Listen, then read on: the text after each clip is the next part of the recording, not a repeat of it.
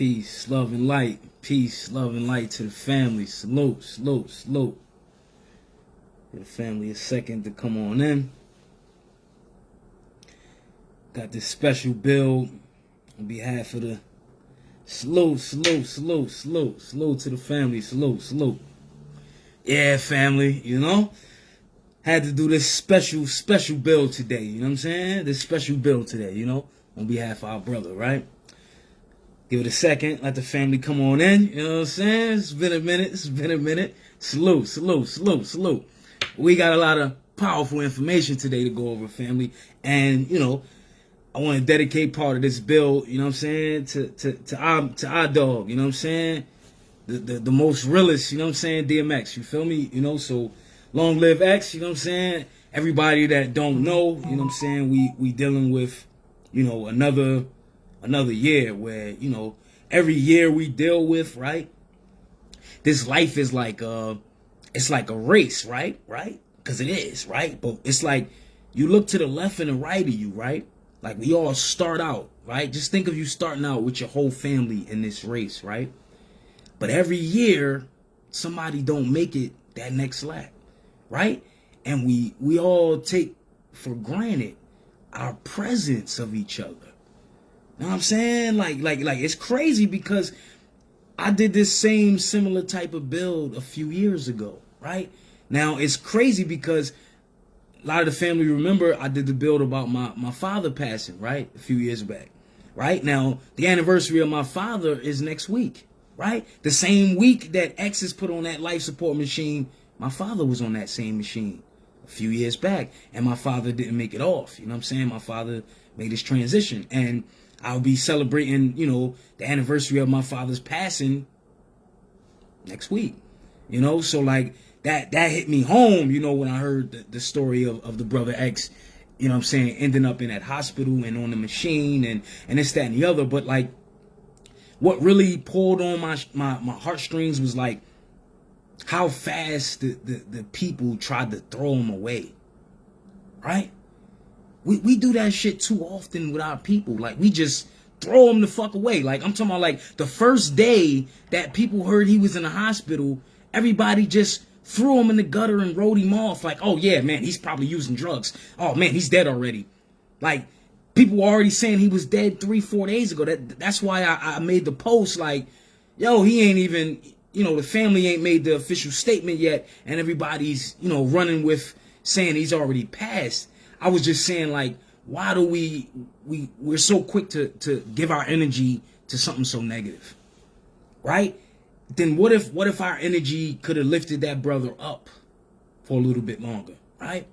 Because I know when my father was on that machine, and, you know, a lot of people, you know, whatever differences you might have had with family members, but when death comes in the picture, all that shit is out the window. It's like a clean slate, because when you weigh it out, nothing matters, right? And it was, you know, I had differences with my pops, but it was like when I found out he was on a machine and he's fighting for his life, it was nothing you could say to me that, like, could comfort me in the moment of, like, man, I just want to talk to my dad. I just want to, so I can imagine what, you know, DMX's children, his fiance, his ex-wife, his whole family that's going through.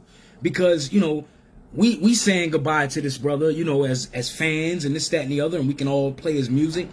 But, like, this is his family that you know, they gonna say goodbye forever to the brother, you know, and we all got a piece of him with us, you know, when we could blast the music, this, that, and the other.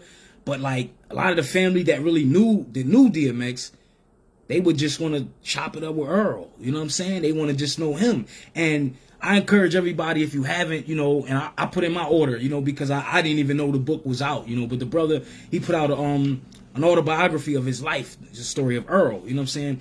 Check that book out if you can, because you'll get to hear, you know, where a lot of the passion came from in X's music, you know what I'm saying? Because X went through a lot, you know what I'm saying? From, like, you know, his mom taking him to, like, you know, like a group home, like, you know, he thought he was just, you know, visiting and shit, and his mom just, like, left him there. You know what I'm saying? So imagine, like, a kid growing up and you don't have your pops. Many of us, you know, we don't grow up with our pops in the home, and then you cling to your mother, you know what I'm saying? Because that's the first version of God that you know. But then what happens when your mom discards you? Like your mom don't want you. And it's a lot of children that are going through that shit. Like a lot of children that are in the foster system, and a lot of that shit, a lot of people are just doing this for a paycheck. They don't care about these children. So they don't really get to see, you know, what's going on and what type of shit the kid is carrying on their back. You know, and X was one of those kids, man. He went through a troubled life.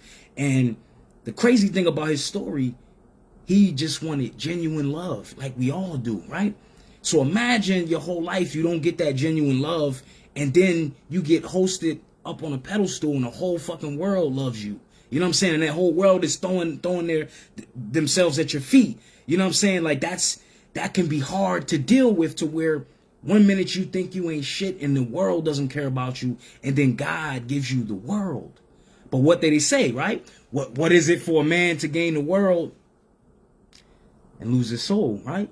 And that's what X was dealing with, right? So imagine you searching your whole life for genuine love, and then all of a sudden everybody got love for you out of nowhere, but then now the love ain't genuine. Now you're smothered by soul. So now you can be the most famous person and be the most alone person in the world.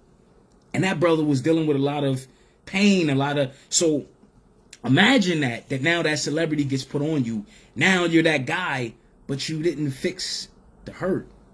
You didn't get to fix those, you know what I'm saying? Like you bought Gucci clothes, you got the Gucci suit covering up the band-aids and the scars, but you never let the scars get a chance to heal. And then you're around people that don't care about you healing because they made money off of your scars, right? See, I'm an artist myself. Anybody that's an artist, or anyone that creates, right? Anybody that paints, anybody that dances, anybody that sings, anybody that writes poetry. How do you get to that place to create some of your best pieces? That shit come from some pain, don't it? Like you got to go through something to get that kind of record, right? Because like Lauryn Hill mentioned the same thing, right? When she said when they were starting out with the Fugees, right? They wanted to just jack Bob Marley songs. They like, man, they look cool as shit. They got the locks and they just smoke weed all day and they just make, you know, Rasta music. But she said, once we started to do our thing, we couldn't make that kind of music because we didn't go through what they went through. See, most artists got to experience some shit and pull that up deep to come up with that song. You know what I'm saying? Like we got to hurt to give you something to feel, right? One of my favorite lines, right, from the Goo Goo Dolls, right? See, I listen to all kind of music, right? It's a rock band, the Goo Goo Dolls, right? And they had a song called City of Angels, right? And it was on the Bruce Lee's son, his movie, The City of Angels. It was on that soundtrack, right? But he said, it was one line in this song. He said, you bleed just to know you're alive, right? So it's like, meaning the artist has to go through so much hurt to bring you so much joy, right? Because that's why the pain and all that stuff that the artist pulled out of to create that song, that's why the song hits you and pulls you out of your shit. Because you get to look at the artist and say, wow, somebody else can share my hurt. So then your hurt, it's not so much of a detriment on you, right? It's kind of an easing, right? But, you know, family, I just want to go into, you know, I was going to already do a build before, you know, I heard of the passing of this brother. But then, you know, the untimely circumstances and the shroud of mystery behind the passing of this brother, right? Because it's a lot of conflicting stories. It's a lot of conflicting times as of when he passed. But we all can agree that the brother has made his transition. But I'm just saying, how did he end up in that hospital? What's behind that? And again, this is just to have the broader conversation that we are failing to have because we're thinking that things are normal, as they say, right? So, man, let's just you know, set the tone for the family. And it's a lot of good moments, you know what I'm saying, that we all can bring up, you know, about X, you know, any of your favorite DMX records, you know what I'm saying, leave it down in the comments, you know what I'm saying. We all could you know what I'm saying, get some upliftment from that playlist, you know. But I just say that to say this, you know, because a lot of us are making our transition well sooner than what we think, right? Like when I say we got to give each other our flowers daily, Every day you give somebody their flowers, because you don't know when it's going to be the last day for them to smell them, right? We got to stop fucking fronting, you know what I'm saying? Because I know it's going to be all the love and the outpour and all the millions of streams and all this for the brother's music and all that. But I had love for the brother all along his path. Just like many of us, have, because we understood the genuineness in the brother, right? He wasn't afraid to show you his scars, because the scars made him who he was, right? And he made you seem a little bit more human, and, you laughed at your scars. So, a lot of us don't have the power to do that. A lot of us don't have the courage to say, this is what I'm going through. You know what I'm saying? Like, so we have to really hold people close that don't give up with that fight, right? And that's one thing I loved about X. He never sugarcoated the industry, right? He always told you the fuck shit that was going on in the industry, and he never conformed. See, when you don't conform and they can't turn you into their puppet, their little bitch, they would say that you're difficult. You're hard to work with, right? They'll make up something, oh, he was on drugs, he's hard to control, and this and that. But when y'all was making millions off of X, y'all seem to know how to control the brother, or y'all seem to know how to tolerate him, right? So I'm like, I don't like none of the artists that speak out after the fact and want to say, what this brother was going through, because a lot of people are going through their shit in their own way, and many of them aren't half as strong as X was, right? Because he battled his demons live on motherfucking stage with us. Many of us do that shadow work. X did that shadow work live on stage for us. And in song, you know what I'm saying? So it's like, you got to applaud somebody that's not afraid to let you know that they fell before. Right? I ain't trying to rock with nobody that ain't slipped before.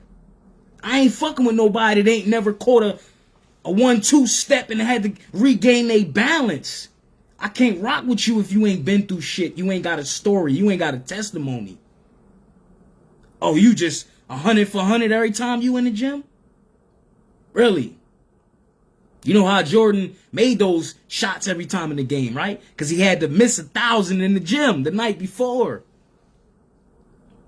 I love every artist that's not afraid to show you this shit ain't easy.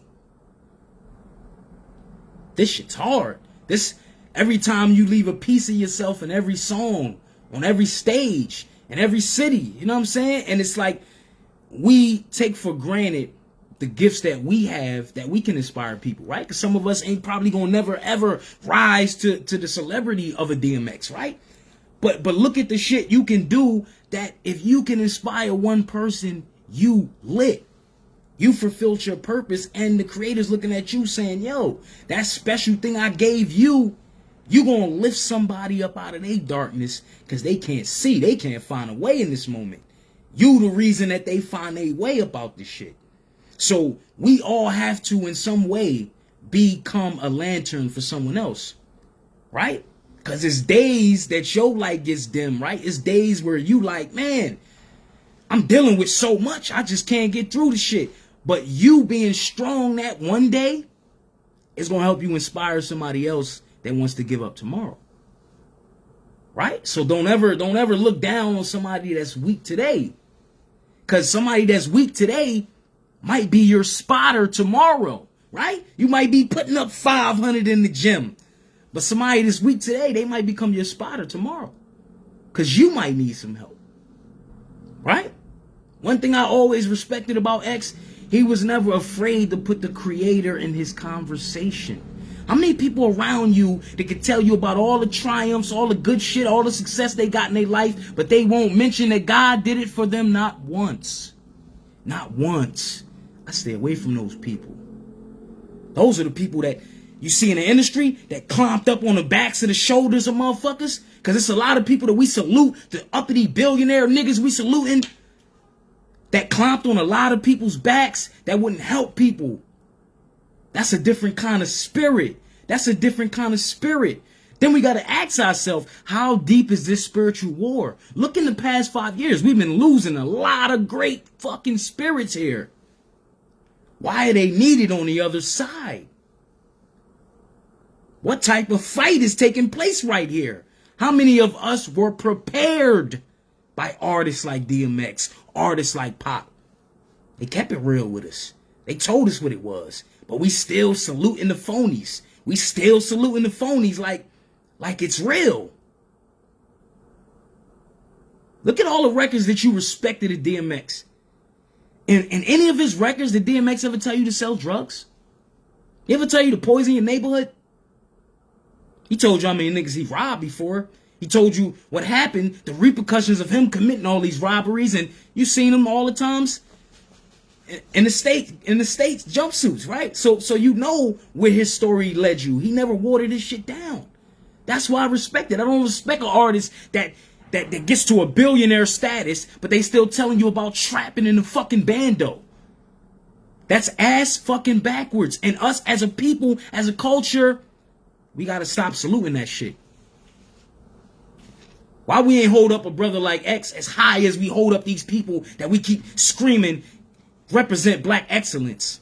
What the fuck's up with that? That's fake, yo. That's why I got out of that shit, because my spirit was like X. You can't pretend. Your face, your smile don't fit right when you around motherfuckers you ain't comfortable and you know that they not giving it up from a genuine place. You know it's just about a bag for them. Everybody keeps saying chase the bag, chase the bag. The preacher chasing the bag. He been chasing the bag for 30 fucking years. Swindled grandma out her money. She done lost her title to a house because she been filling up that collection plate. Chase the bag, chase the bag. Well, at what point do you start chasing morals, integrity, purpose? At what point do you chase that? At the last day of your life? Like, that shit's whack, man. Like, and I see all the celebrities all outpouring, and they all, how many fucking celebrities had a real conversation with dude that could have touched his spirit? Because that's the shit that would have got him off of whatever he was dealing with. That kind of shit. A random real fucking phone call from somebody that really fucked with him. Yo, dog. Yo, Earl, how you doing today, bro? Nah, what's good? Yo, let me pull up. Let's go somewhere. Let's go to a retreat. Let's just chill out. You can't criticize somebody for going the wrong way if you can't show them another way. You feel me? It's easy to tell a nigga, yo, just get off drugs. The fuck out of here. What are they escaping? That's the conversation you gotta have. Because we all escaping something, and in all some way, form, or fashion, everyone has a vice. So we tripping. You know what I'm saying? Like, your form of escapism could be entertainment, right? This very fucking video could help you escape. If you're not in tune with the message and it's just some shit to watch because you on Facebook. Like, yo, these bodies, these ego suits that we walking around with, them shits is temporary. But the spirit, the kind of energy your spirit gives off here, that's forever. You know, niggas be gone 20, 30 years. If they rub somebody the wrong way, that person remembers that shit 30, 40 years after they gone. Because they remember the kind of spirit, the kind of energy you gave up here. They like, oh, nah, homie was, he was like that. Or shorty was like this. So why not be the greatest fucking version of yourself in this moment? Because any moment could be your last moment. The only thing that matters right now, the only thing that's real, the only thing that's relevant is this present moment right now. Yesterday don't exist. Tomorrow, that's all that shit's an illusion. The only thing that's real is this fucking moment right now. So anytime you meet somebody that's a genuine spirit in every moment you interact with them, that's a special being. That's a person that can remember their spirit was here once before. And their spirit keeps coming back. I think you get to come back to do even more epic shit when you realize the reason you came back in the first place. What about that? What about that? That kind of shit. What if a lot of us are trapped here and this place becomes a prison when you don't appreciate the reason you're here? You don't utilize the time you got here, right? Because just think of that. Think of people that's living 80, 90 years old. Is their life longevity, or is that shit becomes a prison, right? Just think of that. You've been selfish. You've been serving yourself half of your life. And the creator say, you know what? I'm gonna keep you here till you 120. But for 40 years of your life, you ain't served nobody but yourself. Now your existence becomes a prison, right? Because all the shit that you valued, all the things that made you a king, these things become your prison. They become props inside your prison. They become trinkets now, right? And you see a lot of celebrities, they become slaves or prisoners to their own celebrity, right? If you're not rooted and you got a strong foundation when you get in that shit, it's going to tear you apart. That's the selling of your soul that people's talking about. X ain't never sell his soul. He's the same nigga, but for that bag, he was the same dude when he got the bag and the same nigga when the bag's gone. Because what I keep saying is story after story of our great ones that made a lot of money, billions and billions for a lot of so-called white families. Now, this ain't a racism thing. What I am talking about is the corporate structure. These corporate companies that became vultures on this culture that been raping hip-hop for 40 years. And you look at all the veterans that gave their life to this shit, they ain't got a nickel to rub together. See, if DMX was somebody like Bon Jovi or any of these, they got people in place and situations in place to get these big-time artists help that have been feeding families and generations and putting children through college and all kind of shit. Because still to this day, that brother doesn't own 100% of his masters like many artists don't. What the fuck is that about? That's my biggest thing. How do you scream that we got black excellence and we got all of these big time black millionaire moguls and billionaire moguls when you don't have 1,000 millionaires in hip hop? How you got all these architects that built this shit brick by brick and they can't even buy a quarter order from the corner store? There's no residuals for our elders in this game. And we all keep screaming, man, the culture and the music's a classic and the album's a classic. And what about all these fucking execs? What dues did they pay to hip hop? And I salute Master P on that when he keeps saying there should be a union. But there should be a union for our nation. What about that? A union for our fucking nation. Where we start uplifting fallen humanity throughout our people. Wherever state they in. Whatever country they in. Maybe that's wishful thinking. All right? All I'm saying is every time someone passes, they just remind us of what you're doing or what you're not doing. Because for everyone that wants to judge X for how he lived his life, put your shit on the scale. How many people you touch? How many people you wake up? Right. Because the person you might think they have the most fucked up story, the creator's going to use them the most. Oh, you ain't think so? The worse your chapter is, the better the book is. I don't want no cookie cutter motherfucking book. Nope. Don't give me no cornball ass story where it ends rainbows and butterflies and unicorns. Nah. I want some turbulence in my story. At least you know I had the motherfucking balls to fly. Had the heart to jump off the porch. That kind of shit. But family, there was a record, right? Because I'm gonna set the vibe for this whole build, right, that we going into. And I appreciate everyone, just investing your time to pay attention, right? Because when two or more gather in his name, you know what I'm saying, we having church, right? We having that circle, right? We exchanging our energy, our light in a real way, in a pure way, right? Because moving on, right, from this year on, this decade on, every day that you have your energy surrounded by someone that don't love you, every day you got your energy surrounded by fake ass people, every day you got your energy around people that are taken from you, every day you knocking off another day from your calendar.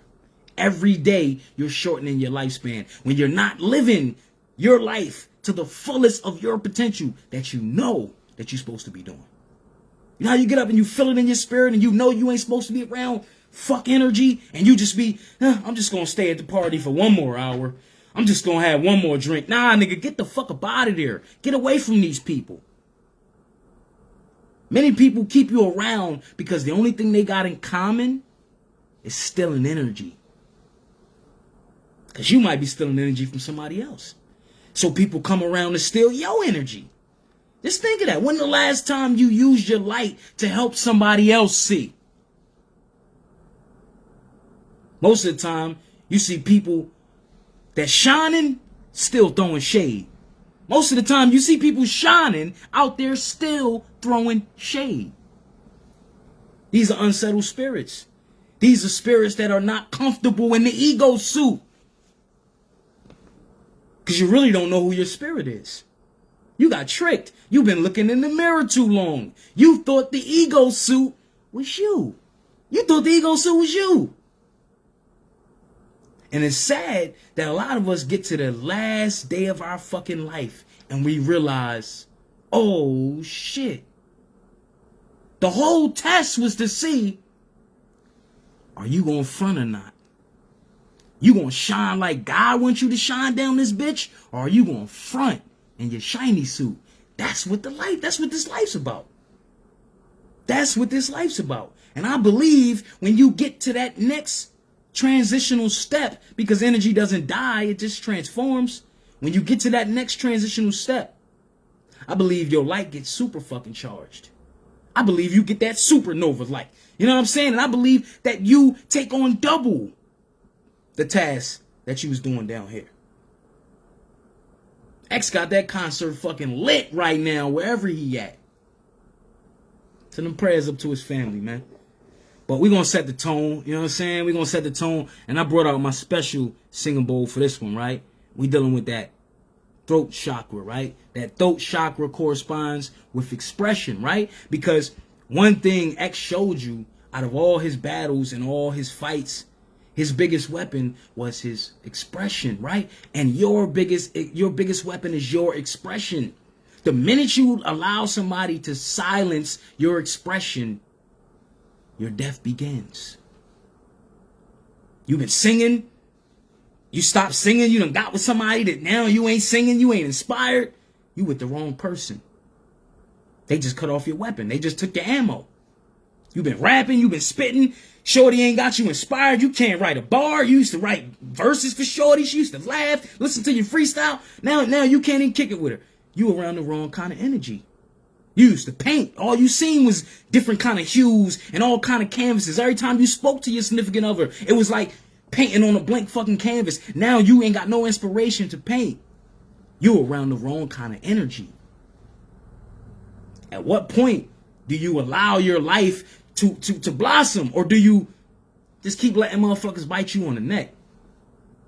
Sucking off your life force. Because many of us are miserable, right? Because we're wasting our energy for other people. I said it. We're wasting our energy for other people. We all want to be appreciated for what we do, right? But you have to understand that it's not money that you seek to gain. Because currency, right? Currency and exchanging of energy is the highest form of currency. When you understand that you sincerely just want someone to equally exchange the energy that you gave out. You just want to exchange light for light. See, when we stop trying to get over on each other and we stop having hidden motives for shit we do for people, and we just start saying, you know what? I'm going to shine my light his way because he needs some light. And he going to shine it back because I need some light. And you never run out of light if you keep lending it. I said you never run out of light if you keep lending it. Always lend a hand because you'll never, ever need one. See, we don't understand that we are a mirror, right? We are a reflection. We are a reflection of each other, right? All the ugly shit we see in the world, that's the shadow work that we all keep skipping and distracting ourselves from doing for the self. But a brother like X, like I said, he did his shadow work live on stage for all of us. How many of us got the fucking heart to do that? Right. But we can all judge how wait, man, I would have did it. Like, how would you? How would you have fought your battle? I'm waiting. I ain't seen your movie yet. I ain't heard your album yet. I ain't read your book yet. Right. That's what I thought. That's what I thought. You still waiting to do it? Right. That brother did it. See, we can criticize somebody when they fall. How many of us got the balls to even actually jump? That part. That part. All right.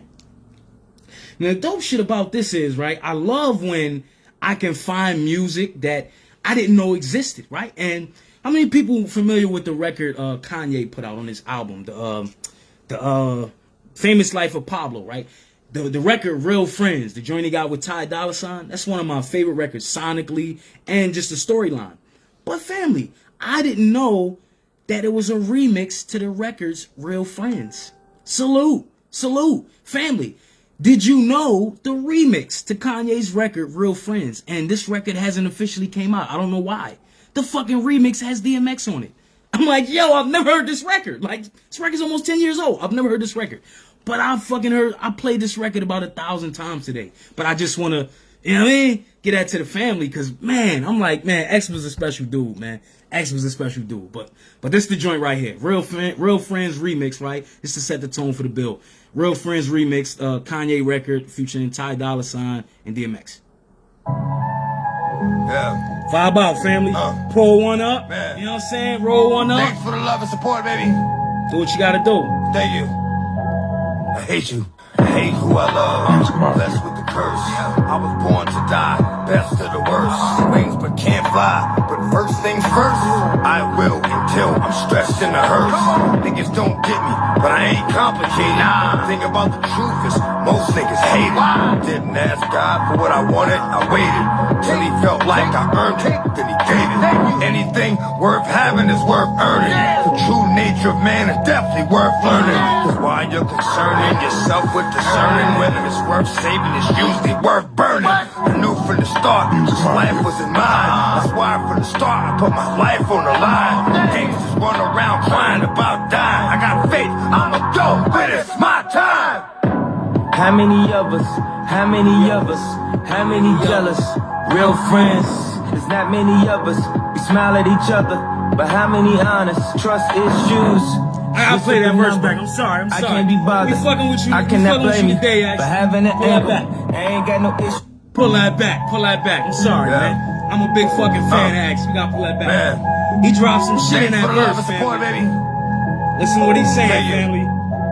I hate you. I hate who I love. Blessed with the curse. I was born to die. Best of the worst.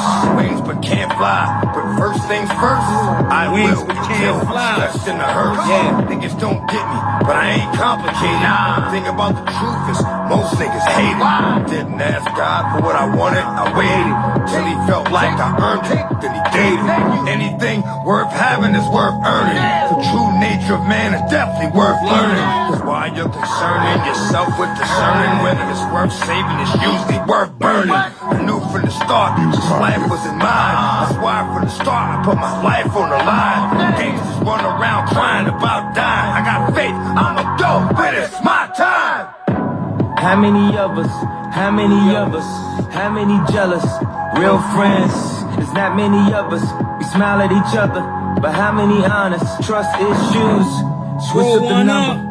I Pull can't be something up for the bothered, dog I cannot today, blame family. you for having Word. an angle, I ain't got no issues, I'm just doing my thing, hope you doing your thing too. I'm a deadbeat cousin, I hate family reunions, fuck the church up by drinking at the communion, smelling free wine, now my tux is ruined, in town for a day, what the fuck we doing? Who your real friends, we all came from the bottom, I'm always blaming you, but what's sad, you not the problem, damn I forgot to call him, shit I thought it was Thursday, why you wait a week to call my phone in the first place? When was the last time I remember the birthday? When was the last time I wasn't in a hurry? Tell me you want them tickets when it's game time. Even to call your daughter on a FaceTime. Even when we was young, I used to make time. Now we be way too busy just to make time. Even for my Real friends, I guess I get what I deserve, don't I? Word on the streets is they ain't heard from them. I guess I get what I deserve, don't I? Talk down on my name, throw dirt on them. I couldn't tell you how old your daughter was. Couldn't tell you how old your son is. I got my own junior on the way, dog. Plus I already got one kid. couldn't tell you much about the fam, dog. I just showed up for the games, dog. Maybe 15 minutes, took some pictures with your sister. Merry Christmas, then I'm finished, then it's back to business. You wanna ask some questions about some real shit? Like I ain't got enough pressure to deal with. Please don't pressure me with that bill shit. Cause everybody got them that ain't children. Oh, you been nothing but a friend to me. Niggas thinking I'm crazy, you defending me. It's funny, I ain't spoke to niggas in centuries. To be honest, dog, I ain't feeling your energy. Money turn your kid into an enemy. Niggas ain't villains, they pretend to be. Looking for Real friends. How many of us? How many of us are real friends? To real friends, to the real end, to the reals fall off, to the wheels don't spin. Yeah, yeah. To 3 a.m. Slow. R.I.P. How many Real friends. Just to ask you a question, just to see how you was feeling. How many? For the last you was frontin', I hate when a nigga text you like, what's up, man? Oh, you good? You say I'm good, I'm great. The next day they ask you for something. Real friends. How many? What's best for your family, immediate or extended? Any argument, the media extended. I had a cousin that stole my laptop that I was fucking bitches on. Pay that nigga $250,000 just to get it from him. Real friends. Real friends. Huh? Real friends. Dog. I guess I get what I deserved on her. Word on the streets that they ain't heard from them. I guess I get what I deserved on her. Talk down on my name, throw dirt on them. Yo, music do something to you, man. But yo, family, that's the bump that after this if you ain't been put onto that record. That's the Real Friends remix with Ty Dolla $ign and DMX, man. X was a special dude, man. Special dude, man. Like, that's all I can say, man. Like, I was going somewhere else with my build that I wanted to do a few days ago, but then, you know, this situation happened with X, man. I'm like, man, I gotta hold this build because some things tie into, you know, the timing and the passing of this brother. But like, man, X was a special fucking dude, man. But like, I'm gonna be playing a few more things from X throughout this build. You know what I'm saying? This is my way of giving back because like, the brother gave us so much. You know what I'm saying? Like I said, we don't know the hurt and the shit that an artist goes through to go to that place to give us a hit record, right? Why is it called a hit record? Because it hits you in a specific way, right? But that artist had to be hit by something to create that shit, right? So it's like we can't just look at the money side of it, who produced the beat and yo, who's on it and who's featured on the record. What's in the message that resonates with us? What's in that message that pulls us in or pulls us out of something we in, right? And that's the power that music has. That's the power, you know what I'm saying? But it was another joint, right? There was a poem that X did on Def Poetry Jam, right? That was my shit. X was talking about the industry. But it's dope because I love how, you know, fans of the music, you know, they'll take it and we'll make it, you know, our own. But somebody put like a track behind the shit. They turned it into a record. Like, that shit is lit. But I gotta play it for the family, right? Because this is all, you know, this is for the fans, man. The fans of X today, man. You know what I'm saying? This for the family right here. But yeah, I just, you know, I found some jewels, man, that I thought that, you know, a lot of people that if they didn't get up onto it, you know, it's kind of dope. But it's the industry, you know what I'm saying, by X. You know what I'm saying? Salute to the guy that produced it. But it was kind of dope. But it was a poem. But X, like he said, like myself, he started out writing poetry before he rapped. Man, it's not the same. Does it have to do with talent? It's about playing the game. The industry. Real niggas is dying to get in. The industry. Justifying they don't fit in.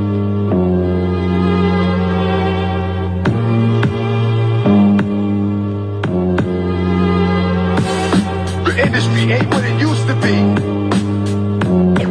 The industry's trying to control the way you MC. They want you to dress like this and talk like that. But I'm going just like this, talk back. The industry got your word meaning nothing. The industry, fuck what you heard this piece of The industry, money, bitches. Point of this bill, I just want to channel the energy of that brother's spirit, you know what I mean? The industry Good like, energy, "Wait." good souls lift The out. streets be like, get up, get up, get up, get up, get up, get up, get up, get up, get up, get up, get up, get up.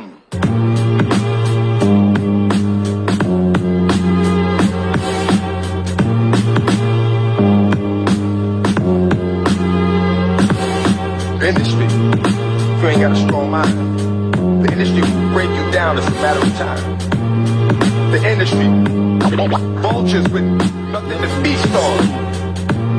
See me, I'm getting my beast on. Beast on, you heard?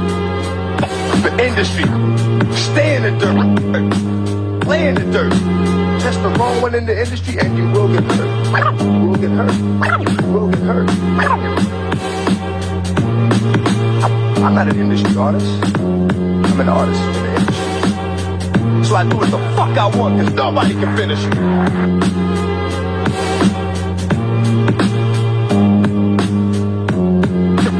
The industry wants it, dead or alive. New artists to sell their souls and way they survive. The industry don't give a fuck about you. Fuck about you. But the industry couldn't make a dime without you.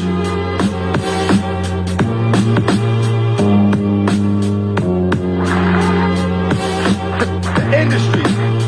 I'm sick of this industry shit. The industry playing them like an industry bitch. They try to finish me quick, but I am wrong, so I stand strong.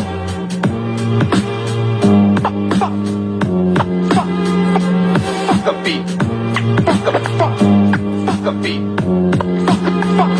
Fuck a love, fuck a beat, fuck a beat. Salute to them real hip hop heads. The fuck with that scratching, you heard? Man, shit. Fuck a beat, fuck a beat, fuck a beat, fuck a beat. Listen to the words in the damn song. R.I.P. to my brother X, man. So yeah, we gonna tune our vibrations, you know what I'm saying? Let's open up that throat chakra.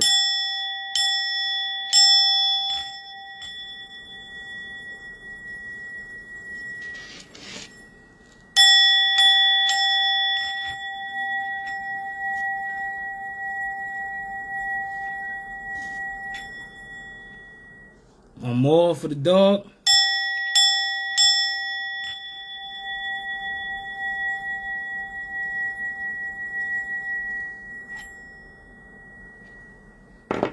Peace, love, and light to the family. So yeah, there was like you know, a lot of crazy things behind, you know, the untimely, you know, passing of the brother DMX. And there was a few stories, right? Because a few stories mentioned that, you know, he passed from an overdose, and they were trying to say from drugs. But then, you know, he just did an interview on Drink Champs with Nori in January, right? And the brother was clean, you know, and the brother was, you know what I'm saying, he was preparing to, you know, get together for some more shows and this, that, and the other. So the brother was actually doing pretty well, you know what I'm saying? So, and then we hear, you know, another story that, like, they mentioned, they said a family member, they never say the name, but a family member gave the story to somebody that a few papers picked up, right? And they mentioned that he got the COVID vaccine a few days before that. So did he get the vaccine? Did he not? But then a few stories came out that said he tested positive for COVID. So you got to ask yourself, if one story was a lie that he died from the vaccine, right? Because everybody was saying, oh no, it was only on media takeout first, and then TMZ, and then now another story is he tested positive for COVID. You remember that, right? So the COVID thing was surfacing when they said he was still in a coma, right? So what I'm saying is, why have two different stories? If y'all gonna run with the drug narrative, why even mention COVID? Then if y'all gonna mention COVID, why mention the vaccine? Then double back and cover it up, because we're gonna go into something. Do you know that thousands of people have died from taking this vaccine? This shit is being covered up on a massive fucking scale. And we're going to go into something today. We're going to go into several stories that are being swept under the motherfucking rug. From one vaccine company getting so much backlash, they're trying to change their name to some other shit and still give out the vaccine. Family, we keep thinking that this shit is all cool. And man, listen. When they got Trump out of there, everybody went back to the biggest fucking sleep. Like, we're good. Nothing to see here. They gonna clean everything up. Family, they're working currently on trial vaccines for the vaccines for children. So which means you're talking about next year they're gonna be trying to do the rollout to give the vaccines to your children. Do you understand what I'm saying? This shit is gonna roll out for the next few years, at least the next 4 years under this nigga's presidency. What y'all thought, like by the summer everybody will be vaccinated and then this thing goes away? Nope. Just like I mentioned last year, and now a lot of the videos I did last year, them keys is replaying on your timeline. Make sure you catch them bills, because the information is going to make more sense this year. It's going to make a lot more sense. But a lot of this vaccination shit is being swept under the rug. There are a lot of people trying to find loopholes to fucking sue the drug companies. But many of the drug companies, we know they're protected. They have protected liability, right? But the situation in the UK, they gave these drug companies, see, they're not as gullible as we are here in the UK. In the UK, they don't have the emergency authorization use for these vaccines. They gave these niggas a 1-year trial basis on their shit. And if it sits for 1 year, which means they're not even fully protected in the UK. So a lot of people that'll start dying from the vaccines, they're trying to tap into this fund. What fund am I talking about? We're going to go into it. There's a fund set aside for vaccine slip-ups. Oops, we fuck around, gave you some shit to kill you. Here's a couple dollars. They got a fund. But do you know that in the 10 plus years this fund's been around, they only paid out maybe 10 fucking cases out of like 900 cases. So they're making it so hard for you to collect, even when you got to prove beyond a shadow of a doubt that the drug company had malicious intent. They purposely put some shit in the needle and knew it was going to kill you. How do you know that when they all just say, oh, we didn't know what we were giving you? That's why vaccines are tested for years in trial runs before they roll out. How the fuck we got one in less than 9 months? 3 of them to be exact. As a matter of fact, a total of 64 companies all filed to create COVID vaccines. Why so many? If one fucking vaccine works, why do we need so many? I'm looking at the end game because there's something else in play here. Let's go back to the situation with the Moderna shit, right? Because Moderna was working on this, DNA editing technology shit that they put in the vaccine. They've been working on that technology for 10 years. Then they found the perfect situation to basically turn the entire country into fucking guinea pigs. Because these aren't the trial, like the whole rollout of this vaccine that you're seeing right now, people lining up to take the vaccine, all this shit is still the trial. Did you know that? Like this emergency use bullshit, it's the blanket over, nigga, this is still the trial. Which means you could take the vaccine, they don't know how it's gonna affect you opposed to your neighbor. You could take the shit and your fucking arm falls off. It's people dying 30, 40 minutes after taking the vaccine. It's people dying 2 weeks after taking it. It's people dying after the first shot. It's people dying after the second shot. So they're covering up so many different instances, and they got a PR spin for everything. The person dies hours after taking the shot, but we're still investigating whether there's connection between taking the shot and the person dying hours later. It's like they contradict themselves in every fucking article, and we just keep saying, yeah, that's only 1 or 2 people. Listen to what I just said. We're going to go into this. There's thousands of people dying from this vaccine, and they're sweeping this shit under the rug. You got Catholics, You got all churches. You got all these people condemning these vaccines. Why are everyone getting on the same page all of a sudden? Because truth is universal. Yeah, truth is universal. We got to go into some shit, family, because, you know, I haven't done a build in a minute, but like I've been compiling so much information. I'm like, man, even if I did 100 fucking builds, they got enough spin game out here that's going to keep people distracted. They're not going to pay attention because it's going to be by the summertime before you start seeing a lot of zombie activity out here. What, you thought that was a joke? The CDC said the zombie preparedness shit they put on why would they put that on their website? Because they're involved into something too. Pay attention. The CDC is behind a lot of this land grab shit. Because there are a lot of people losing their property, even with these eviction moratoriums in place. But do you know that there's almost billions, several billion in funds per state to pay for legal counsel, to pay for your rent, your back rent for 6 months? There's funds for everybody's household. But here's the trick. They're hiding the money in like 5 different government websites in everybody's state. So the money is hidden in all these little charities and different programs. You got to run around to find COVID relief money. But the money's been sitting around for 3 fucking bills. I'm talking about billions of dollars, but you got people still being put out on the street as we speak, even though they have eviction moratoriums in place. Many of our family don't know. There's a document you got to download. There's an affidavit you got to download to take with you to court. You got to get this affidavit notarized, right? And it's a few stipulations and things you got to administer to that locks you into keeping your property. But even outside of that, there are landlords coming together with their bags, paying lobbyists to grease the hands of politicians to do what? Find loopholes around that shit to put you out on the street. Even after they get the back rent money during this COVID shit. Because here's the thing. You or your landlord can fill out for this back rent. There's landlords filling out for the money and still shaking down the tenants like, yo, we need that 6 months of back rent. When you going to tell them about the COVID relief fund? Why didn't you fill out for the money on my behalf? You keep asking for the rent money.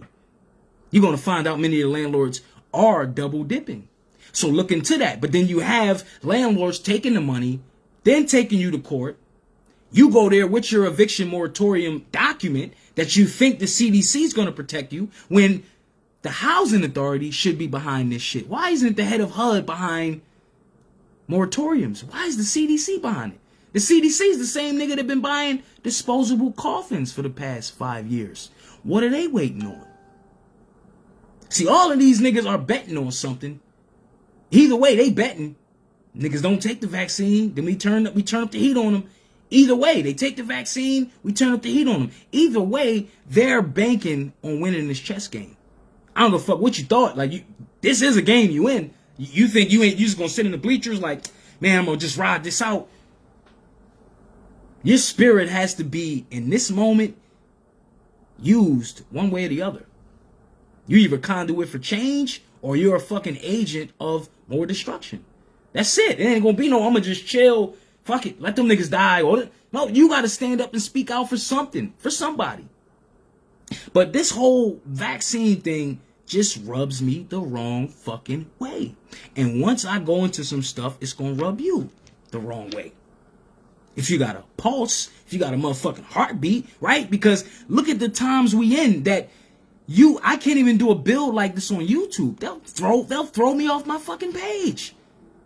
Salute to the family, because I'm gonna start doing some builds there, but it's like we can't even question this shit. You talk to somebody to say, yeah, I'm about to take the vaccine because you say, well, you know, X, Y, and Z is happening and all these adverse side effects. And, oh, well, but they ain't nothing. I'm going to take it. It's like you can't even question this shit. It's like, where is your logic behind all of this? Why isn't the news going crazy with the COVID updates like they was doing all last year? Remember that shit? 1,000 people dying a day. Why ain't none of that happening this year? But we got 4 different mutated variants of the same fucking virus. So it's 5 coronaviruses all simultaneously running at one goddamn time. Meanwhile, we done had 8 mass shootings in the past month, and y'all ain't figured it out yet. He done passed 3 executive orders dealing with gun legislation, and y'all ain't see the chess move. What happened to the last crazy white boy with a gun that they rounded up? You ain't even hear about his case. They put him in custody. You ain't hear nothing else about the story. That shit's gone. You ain't gonna hear no more else about it. Look what happened with the situation with the George Floyd case. Whatever. I'm not even investing my energy to watch that shit. But what you do see is everybody throwing the cop under the bus. So they already wiped their ass with that one cop. But again, even if that one cop does get the 10 years or whatever for the manslaughter, he gets probation, he gets out, you know what I'm saying, in 2 fucking years, and he got 8-year probation, whatever, he's a civilian again. That doesn't stop the system that allowed that shit to happen, and it's going to continue to happen. That's not what you know what I'm saying? We not checking what we supposed to be checking. We got to stop fucking saluting little corny punk ass victories, because them shits ain't never got us in the end zone. Are we convinced? Are we not hip to the W.E.B. Du Bois talented 10th spell that we've been under since the fucking 1800s? Where you just give a few niggas some nice clothes and they think they all shining? Nah, we got to get up off that. Because if we don't have generational success, we ain't succeeding. If we don't have generational success, we ain't succeeding. Fuck all that other shit. Fuck that fake black excellence shit, my nigga. That ain't real, homie. That ain't real. If all of us ain't got an acre, nigga, that ain't real. That ain't real. You still clocking in and your man talking about we buying a block? That ain't real, homie. And I ain't supporting that and I ain't bumping your music. That ain't real. Pop told us, man. He said, stop just nodding your fucking head. Listen to what they're saying and hold them accountable. At what point are we going to hold our artists accountable for this point? We only hold the artists accountable that we know this real. Nah, we got to get off that. If you're going to be putting out a message that my babies can listen to at any given moment because hip-hop done took over the planet, I'm holding you responsible for your message. Fuck all that. I'm just an entertainer. I ain't your baby's role model. Nah, nigga. My baby listen to hip-hop. So you going to have to clean up your message or we not going to listen to your message. See how that works? Because back in the day, we had the power. When some shit was whack to us, we knew an MC was whack because we knew the frequency he was vibing on. We knew the frequency he was trying to raise. Nah, nigga, you won't be playing that whack shit.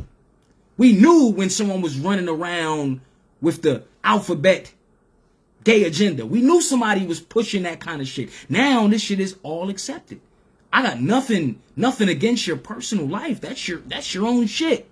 But when it becomes an outright agenda where I gotta fight with my babies as to the information they're receiving, and I gotta tell them that that's against something, and they gotta say, well, my teacher said it's not against anything. Mom, Dad, you shouldn't have to fight with your babies about what's truth and what's not truth. Truth is a frequency. Truth is some shit you feel. Right? That's why back in the day, niggas was in the closet because they know that you felt the kind of way when somebody said, man, you comfortable with that lifestyle? Because if you comfortable with it, be my guest. But if you hiding something, you can't feel no kind of way if I'm uncomfortable with it because you uncomfortable with it. You see how that works? They pushed an agenda on us, made us uncomfortable with some shit they uncomfortable with. See how that works? And now we all get ostracized for just having an opinion. That's all I'm saying. Like, but if you're going to be an entertainer, if you're going to be somebody in the light, in a public light, and you have a message, your message can inspire or your message can destroy. So the messenger is always responsible for the message. Because you decided to hold that torch. You decided to be that light bearer for that moment. So which means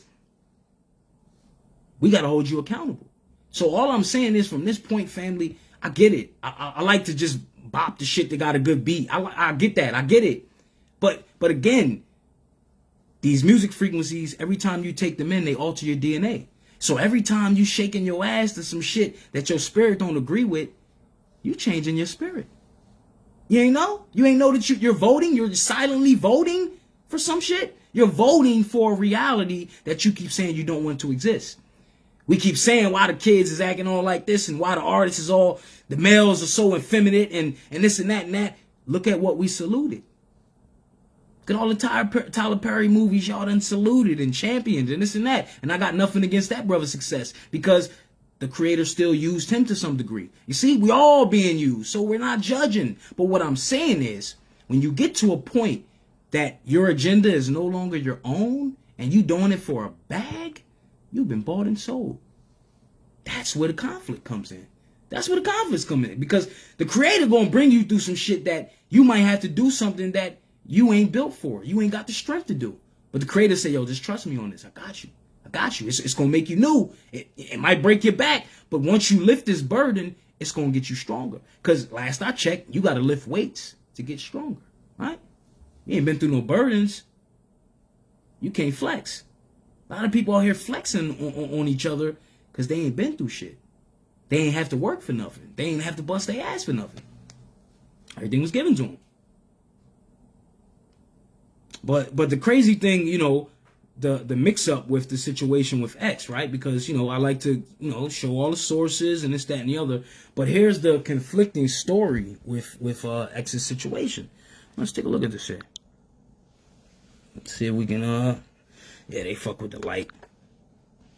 All right, so here's what it's saying, right? So here's what was the story. It said DMX took the COVID vaccine days before he suffered a heart attack. All right, so then they're saying, that's unknown. So then they're saying this rumor comes from an unnamed source quoted in a gossip magazine that has published inaccurate information on more than one occasion. As of this writing, there is no evidence that COVID-19 or a COVID vaccine played any part. But remember I told you, there were news stories running with two different stories. One saying, yo, he tested positive for COVID. Remember they said that while he was still in the coma. So why did they put out the COVID story and then a COVID vaccine story? But again, they're saying that it was a family member. So now I'm saying April 9th, 2020, rapper DMX passed away at a hospital in New York, where he had since suffering a catastrophic cardiac arrest a week prior. So he had a heart attack a week before being put on the machine. But here's the thing. What induced the heart attack, right? Because you don't just suddenly have a heart attack. And if it was something induced by using crack, as they are trying to make it seem like, why didn't they say that initially? And when he passed, they still don't give a statement, say, you know, due to complications from drug overdose, it caused a heart attack, right? He went into cardiac. That's the kind of language they'll say, right? They'll say, you know, him being brought into the hospital due to an overdose, right? Complications from the overdose caused him to go into cardiac arrest. That's kind of language they're going to speak. They're not going to separate all this shit and then say, you know, it's history of drugs, right? That's called innuendo. They're just leaving shit there so you could be like, oh yeah, man, he was a drug addict, man. Nah, that's not how the brother passed. Something else is going on. But again, as I say, the brother's gone, so this ain't that. We're not trying to do conspiracy, and I'm just, you know, I don't want to debate. I'm just saying it's weird how they use the language. And, you know, the family's going to give a statement in a few days. And again, as I said, I know a lot about that machine because my pops passed the same way DMX passed. And my pops had a history of drug use in his background as well. So, you know what I'm saying? That shit hit super home. You know what I'm saying? So, like, and I know what that's like when I had to talk to my family and it's days going by and they like, you know, man, you know, they saying another day we might have to pull the plug. Like, if you ain't been in that space, it's crazy, man. Like, it's a crazy, yeah. If you haven't, you know what I'm saying, dealt with that, you know, where you had to decide on, because, you know, we all say, you know what I mean, God decides when you pass, right? But it's like when you're on that machine, they give you the illusion that the person is still alive, right? Because the machine's like artificially breathing for them. But the minute you take them off the machine, they're going to have breathing complications and they pass away. But also, let's keep in mind, I'm going to go over a lot of different stories. People having reactions from that vaccine. That's why I believe that it's possible he could have got it. It's possible that they're covering up the situation behind that vaccine, right? Because one, there was a newscaster, right? There's a sister that passed away a few days ago. She was a big famous newscaster. She passed away in her 40s. But it was found out that she just recently received the shot. Check this out, though. She had asthma. DMX also has asthma. Overstand. Remember they keep telling you that COVID's a respiratory situation, right? Remember when last year they was giving people steroids and all these people were having breathing problems and all that? So a person at high risk factor would be a person with asthma. So all I'm saying is this. When he came into that hospital, because everybody's in COVID mode, was they already rushing like, we got to give him a test. We got to give him this and that. You get what I'm saying? So how do they first talk about him testing positive for COVID? Because I find that story disappeared, but some credible news stories published that story. Then they published the other story about the vaccine. One was the test, one was the vaccine. But remember, there's an issue with those fucking tests too. We're going to go into it. I need you to do your research on the nanoparticles, right? Because there's a particular Q-tip that they're using that's not a Q-tip. The fibers on this Q-tip is not that of the standard Q-tip. We're going to go into something because this shit, it's going to blow your mind. But I see a total connection with... You remember when they did like a month of mass fucking testing, right? We tested 100,000 people in one. Remember we had to rev up the testing. And then right after the testing, they had a shitload of new cases.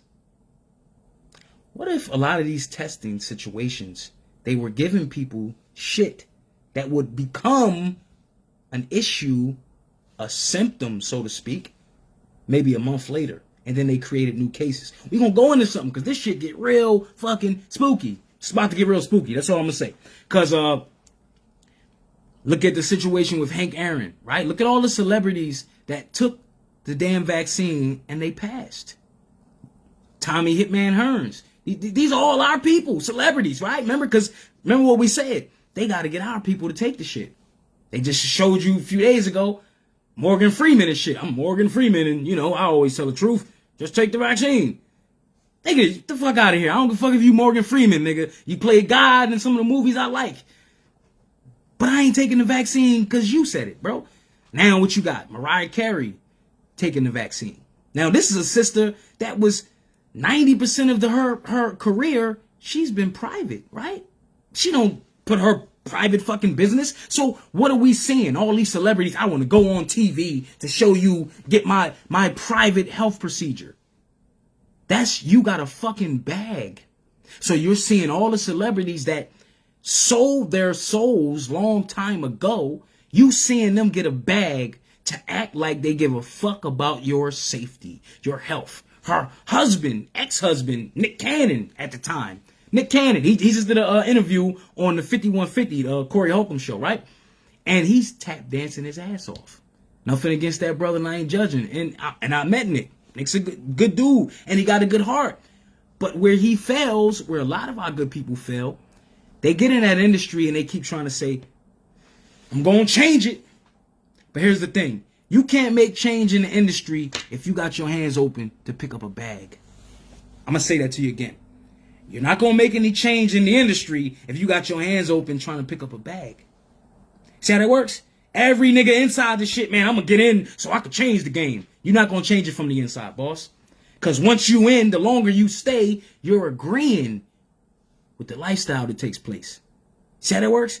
So you can't agree with the devil and keep saying you trying to be God. Nope, not gonna work. That's why you see the famous meme when he's walking with his dashiki and his turban at the basketball game and his Jay-Z and Beyonce. Like, nigga, you took the same oath we took. You better stop playing. You better stop playing over here, nigga. Trying to shout the truth when you over here whispering with the devil.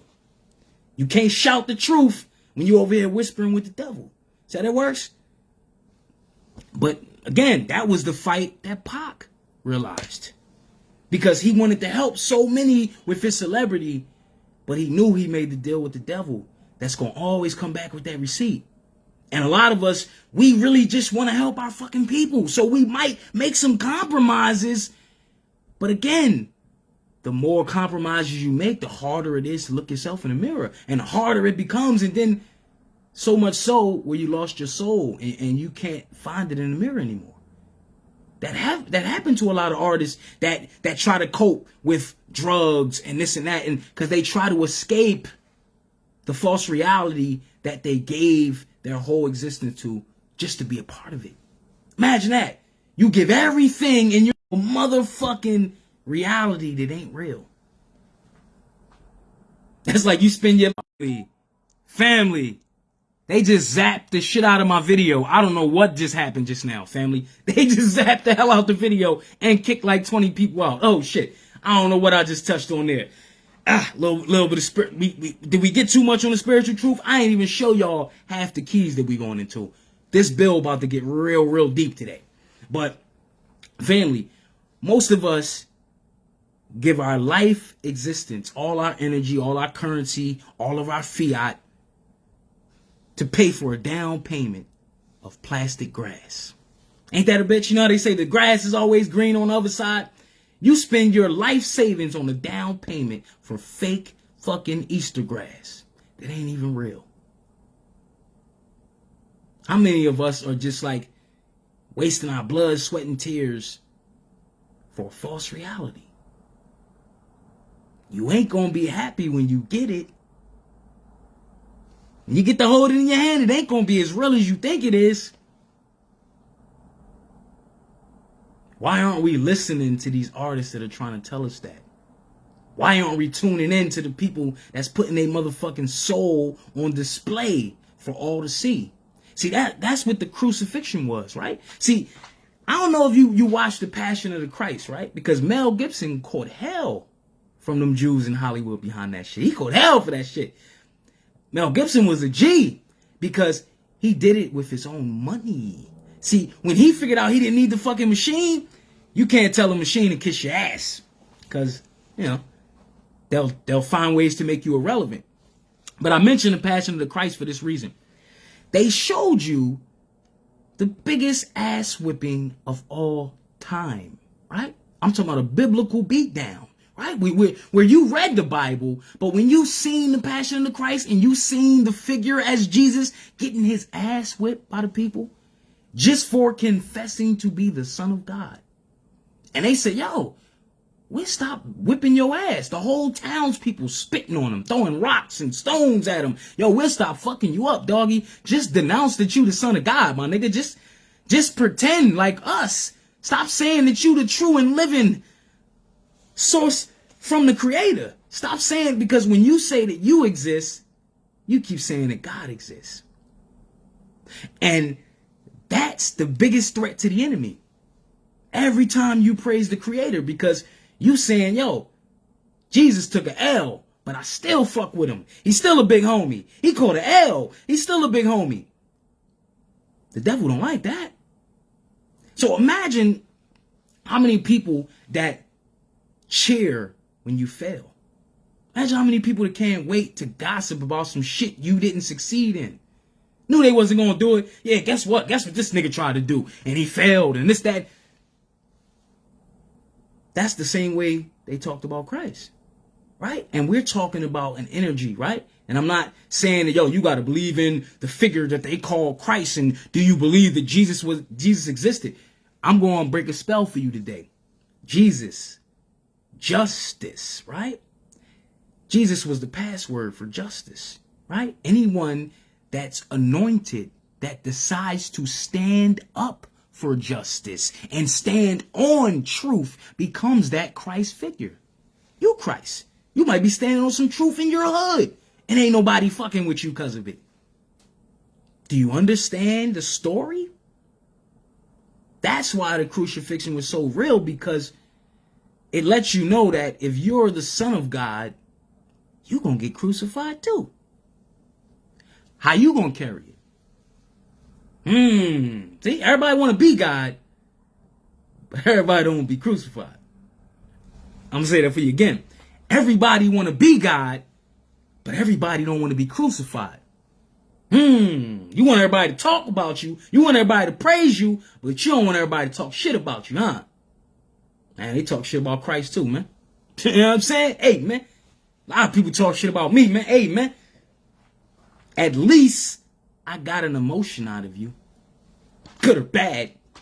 You know what I'm saying? It's some people, I can't stand that nigga. At least I got your spirit going while you said it. I don't fuck with that nigga. He just keep dropping truth and he just want to keep standing on some.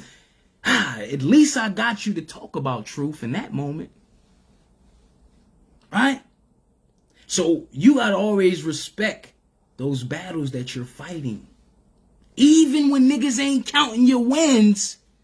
Right? You got to count every blow that you threw. You got to count every bullet you ducked. You know what I'm saying? You got to count every brick that you weaved that somebody tried to throw your way. You got to turn that light up brighter when you see niggas throwing shade. That's your job.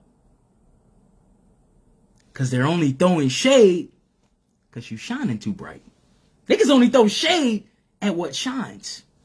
They only throw shade at what shines. Huh? Ain't nobody never throw no shade at you. I don't think you found your light today. I don't think you tapped in. I think you afraid to shine yourself. Right. That's why you focus on the shade. Because you afraid of your own light. I get it.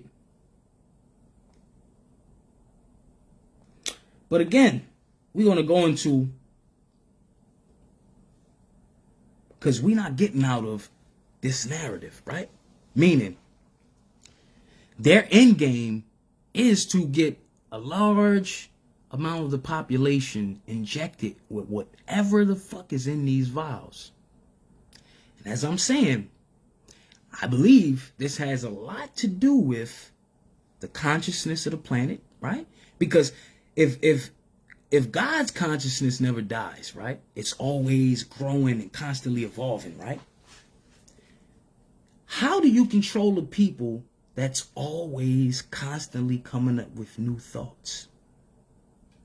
How do you keep people locked in a reality if we're always ever ascending to higher heights of ourselves, higher thoughts? That's where you get the chemtrail shit they spraying in the air that everybody's breathing in, nanoparticles. This is where you get all this stuff working at once. This is where you get the mass 9-10 hours a day of you wearing a mask on your face, breathing in large amounts of carbon, your own carbon dioxide. Scientists already spoke on this shit. So how do they bribe a few people to say, oh, nah, that's not the same science? Well, try turning on the exhaust in your fucking car and fall asleep in your garage and see if you'll still be alive tomorrow. And you can't tell me that micro dosing off of carbon dioxide, breathing in your own shit day after day isn't causing an issue. They already said it. We're going to go into it because they already started doing studies on the children. A lot of the children are dizzy, lightheaded, all kind of shit. Psychologically are being fucked up because your babies are in class 8 hours a day blocking their airwaves. So we're not thinking of how this is affecting your 6-7-year-old children. But maybe 2-3 years into this shit, you're going to start to see the effects. But then you're going to have to ask yourself, what did we do while this was taking place? Was we too busy busting up the STEMIs? That we couldn't see that we were being lined up for a fucking military drill? What they always told us. Silent weapons for quiet wars. So we understand that if we're constantly at war with a known opposition of some sort, the terrain changes, the uniforms change, but the objective of the war remains the same. They trying to maximize casualties at all costs. Right? And again, 4 different variants of this strain. They saying 2 of the variants are stronger than the 3 vaccines they just emergency passed. Why they keep playing this game with us? Because the more we keep consenting to the lie, they just keep changing the lie. Oh, you fuck with liars, B? You like that last lie? Let me remix it. And that's all they've been doing with us all last year. Remixing the motherfucking lie. And we just like, oh, okay. Oh, word. You remember when they told us last year, 6 months straight, they said, you got to disinfect. Remember, everybody was buying fucking disinfectant and hand sanitizer and shit. They said you got to wipe down the surfaces because the virus stays on the surface for 72 hours. But then Amazon was the only niggas in the streets getting money because they was shipping packages. So they said, nah, nigga, the virus don't stay on packages. You gonna fuck our money up. So they nixed that shit. Do you know that the CDC this month, they went back to the virus now can live on surfaces for 24 hours? Listen what I just said. They told us the first 4 months of the shit, the virus lives on surfaces for 6 months. I mean, for 72 hours. Then they told us, nah, we lied. Now they just told us, nah, it's back on surfaces again.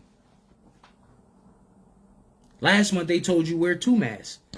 Now they back to saying, hey man, you ain't gotta wear 2, but you could. Now they say 2 or more. 2 or more masks to protect yourself from the virus. Even after you got the fucking vaccine. Because we're gonna go into something, because there are a lot of people getting reinfected right after taking the vaccine. Yeah, we're gonna go into some shit because they're making it illegal to even talk like this. Yup, the fight has always been the babies, more.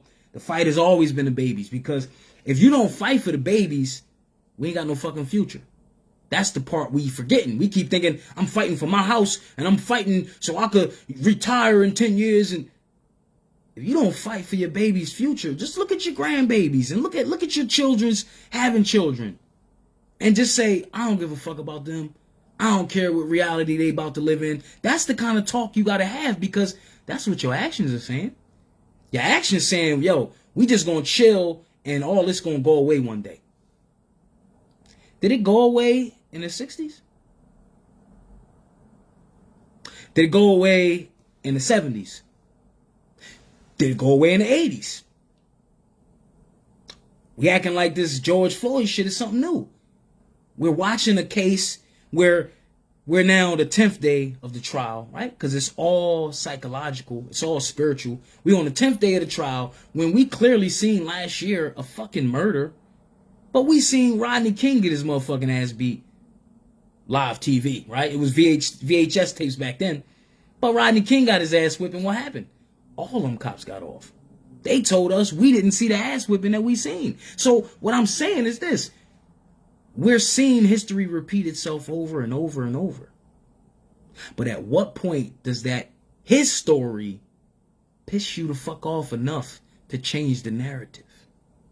Right? We all keep saying, man, history ain't important. His story ain't important, but it's yours. Is your story important? Apparently not. Because I've been screaming this, we ain't niggas stole from Africa shit, that we gotta look at this story. I've been screaming this for... I just celebrated my 37th solar return, 31st of March. 37 solar returns. My spirit been pulling at me saying, yo, they lied to us. Speak up about it. I don't care if it's 100 people that don't want to hear what you're saying, bro. Still speak up about it. You're on to something. Because I feel it, right? 500 plus videos, and I ain't rambling. It's people still tuning into what I'm saying because they feel it. Ain't got nothing to do with me.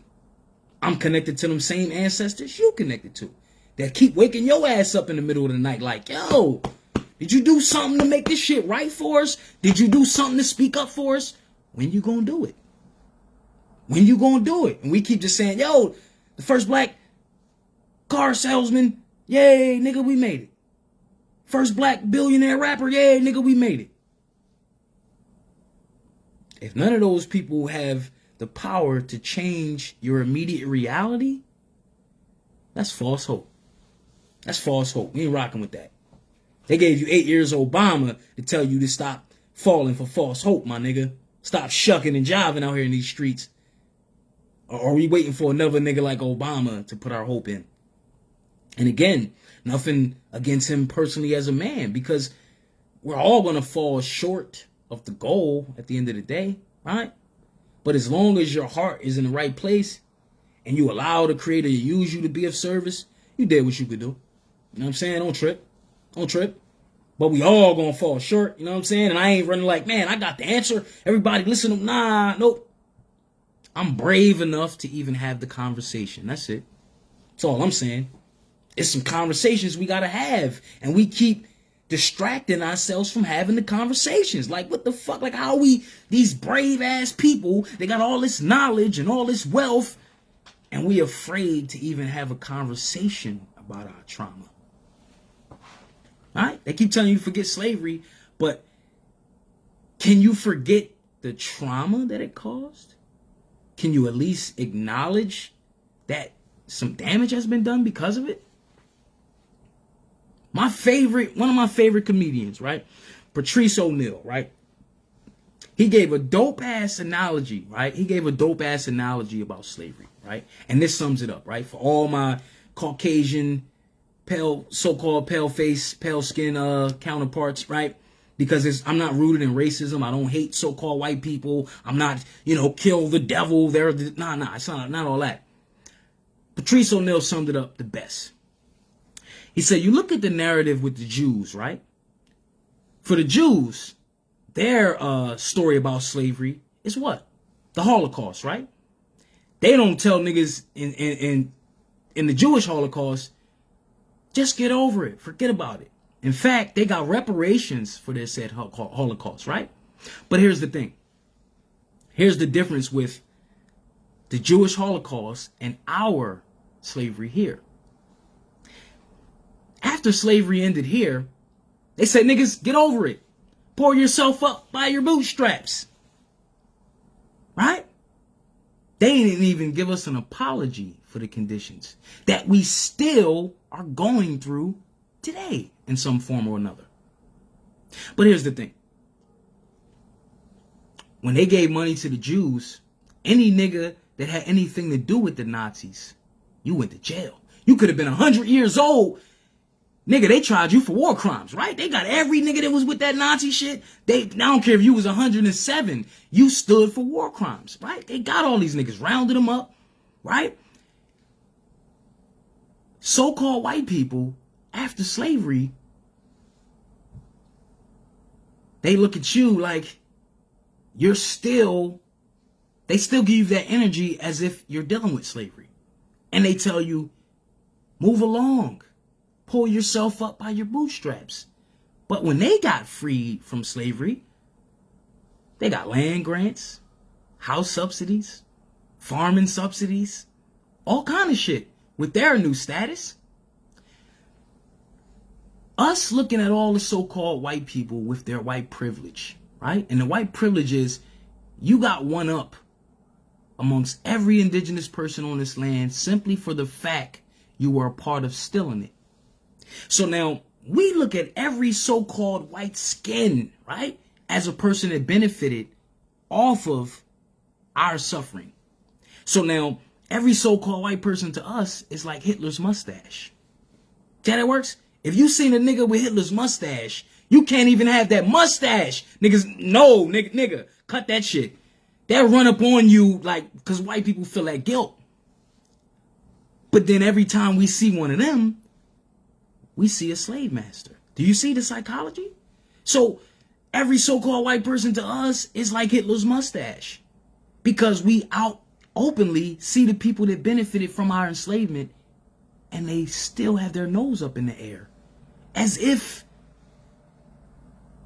they're still better than us. When how can't we be better in the spirit because we forgive you for the shit that happened? See why we're special people? We can forgive that shit. Now forget it.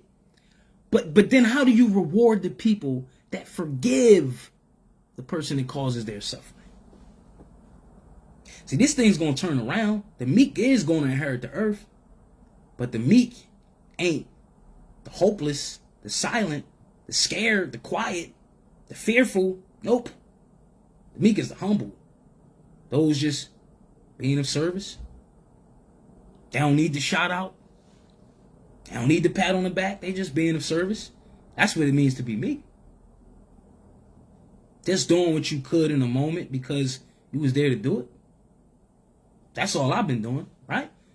It's bills, hours and hours of time I done gave for bills that people might not see till a year, 2 years after. It's shit on my timeline, videos people will send me in my inbox. Yo, I did the video 3 years ago. You just seeing it?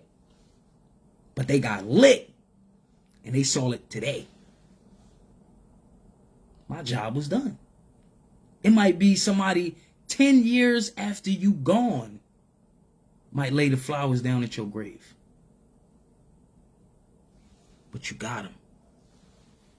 Don't trip. You know what I'm saying? So, you know, it's a lot of times, you know, I'm not going to get congratulated. I'm not going to get thanked for half of the shit I'm doing. But, like, that ain't why I'm doing it. It'll come. But I just want to show y'all a series of things, man. Because, look at this here. If this vaccine is working so much, why do we got things like this taking place? Look at this here, family. Vaccinated nurse stuck in Mexico after positive corona test. So she's a nurse that got the vaccine and then got quarantined in Mexico because she caught the virus again. That's why I'm saying, now, mind you, this thing isn't airborne. Nobody coughed in her face. How did she re-get it? Oh, because it's a test that's not approved that could say whatever. Then it's a vaccine that's not approved that could say whatever. Funny shit, though. But let's take a look at this here. A children's Minnesota nurse didn't expect to be in Mexico for more than a few days as part of her daughter's spring trip. But now she's going on 2 weeks inside a Playa del Carmen hotel room. You know, the 14-day quarantine. Diana Smith accounts for one of what health officials call breakthrough cases. Positive coronavirus test results in people who have already been fully vaccinated. So she was reinfected after getting the second shot. See, this is what they'll do. They'll isolate these cases and say, it's a breakthrough. It's a phenomenon. These are rare occurrences. They're not rare occurrences. The vaccines are bullshit. Not bullshit in the sense of whatever they're putting in there that they want to put in your body. Oh, they're succeeding with that mission. But as of fighting whatever virus they talking about, that's bogus. That shit's all cap. It's a very small room. Smith of Delano, Minnesota. Take Care 11. They literally have a guard standing outside my door 24/7. She got a fucking armed guard outside her door because she was reinfected after getting fully vaccinated. Interesting. Smith tested positive in Mexico while taking the virus test to clear her return to the United States, and she was immediately ordered to quarantine in a hotel room. She's glad she paid the hotel $30 COVID insurance that gives her an extra 14 days in the room. So look at this, family. They got some shit called COVID insurance that you can pay when you go to stay at a hotel. Imagine that. Where if you contract COVID during your fucking stay, you get a free quarantine window. You like, they got quarantine you 14 days, you get a free 14-day stay at the motherfucking room that you booked. Does this sound like this is going away? Or does it sound like these businesses are implementing shit to live in a new reality that they agreed to? See, once you start fucking with niggas' money, they'll consent to all kind of shit. But if the family don't know, anybody that need it, and I had a few sisters hit me in the inbox, salute to that Empress, she hit me up for the exemption, the vaccine exemption form for her and her children. You stand on that with your creator, can't nobody give your child any fucking thing. No job, no nobody. But if you don't know that, and you keep saying, well, I work in the medical field, and I work in a hospital, and I gotta have it. It's no law that says you gotta have nothing. You fill out your own fucking vaccination form, you get it notarized, and you walk in that bitch with your God. Who's stronger, their law or God's law? See, this is the time we're really about to see who got faith and who just running around saying they spiritual. That spiritual shit's a hashtag. Because the spirit means the breath. And if you ain't got the holy breath coming out, You just talking shit. You ain't spiritual.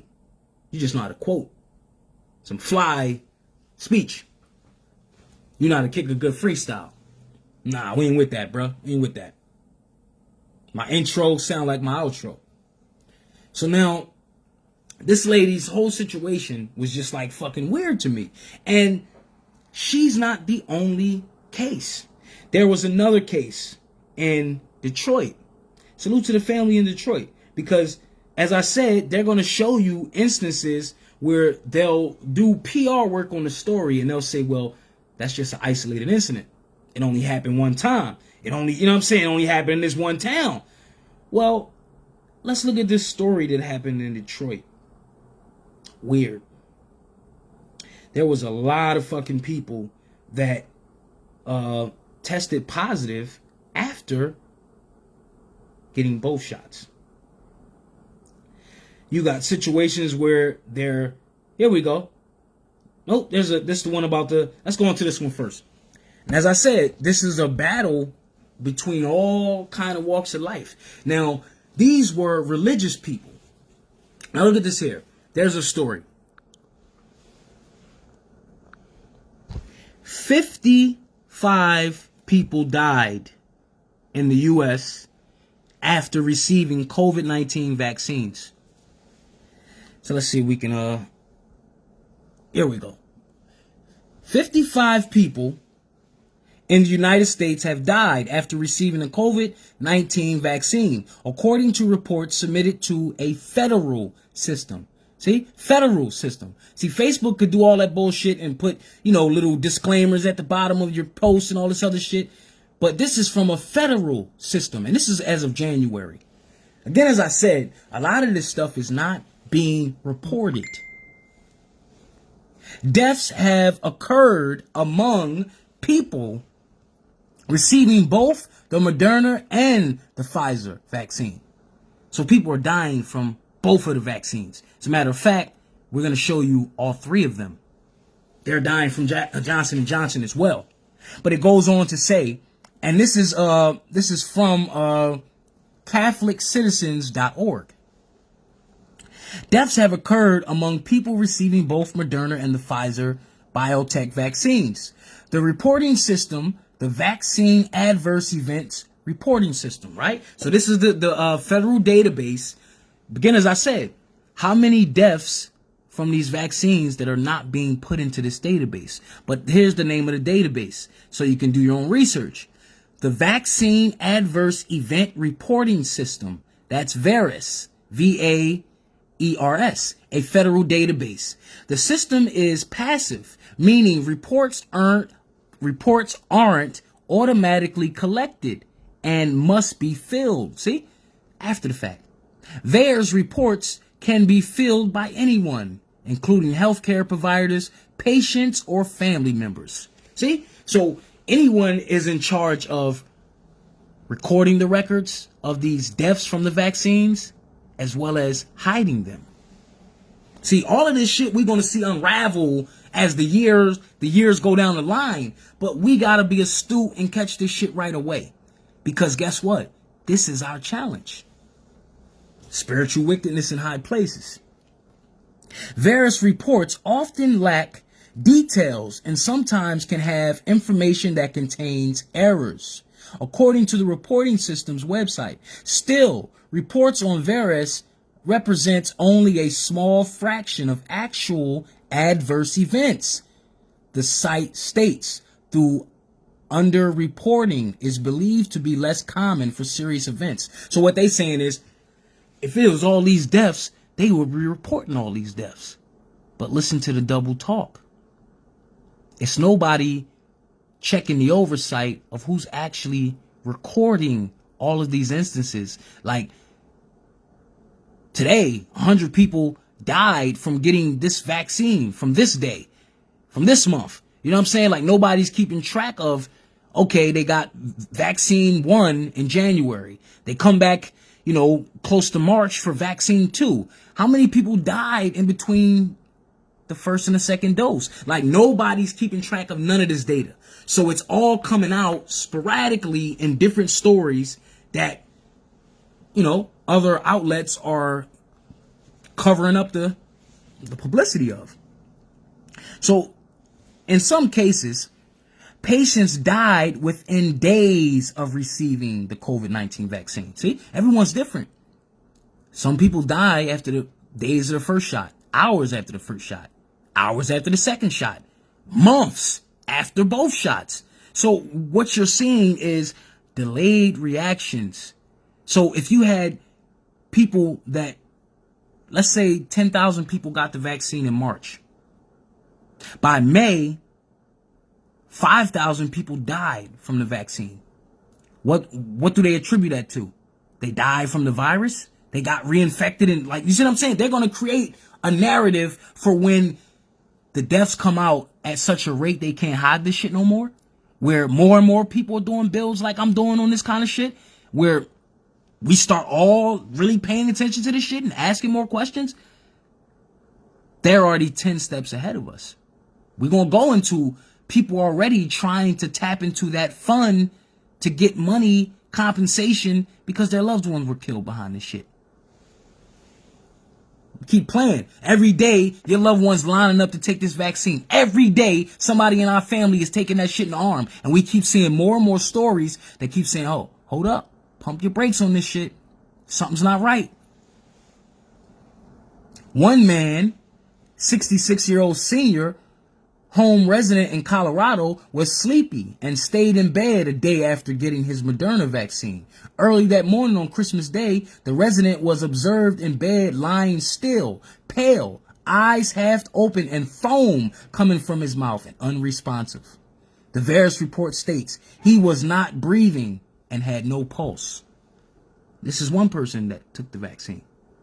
All right. I'm talking about as soon as the first person died, family, they should have had around-the-clock fucking coverage on everybody that's taking this vaccine. Why is everything under the rug and the only coverage they're showing you is people endorsing this shit? But why don't they give you the follow-up story of the celebrity after he took the vaccine? Let's holler at these people that said they took both shots. Shit is all cat. Niggas getting placebos.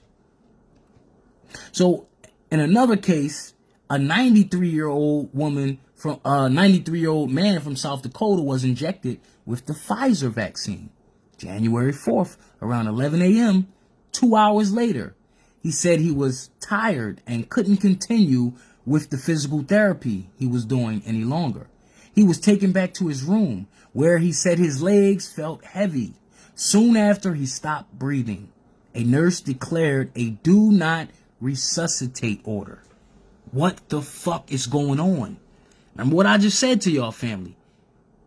They mentioned all these people with complications of breathing. DMX had asthma. That newscaster that just passed away a few days ago from also taking the vaccine, she had asthma. And she was a sister too. Look into the story. Let's get out of dismissing everything with being a fucking conspiracy and look at the reality that we keep agreeing to participate in. Moderna and Pfizer did not respond to requests. See, these niggas are absolved from any liability if 100,000 niggas die tomorrow from that shot. That's why every time they could go on every story when somebody dies and say, yeah, no comment, or we had nothing to do with it, or there's no proof that the vaccine had anything to do with your death.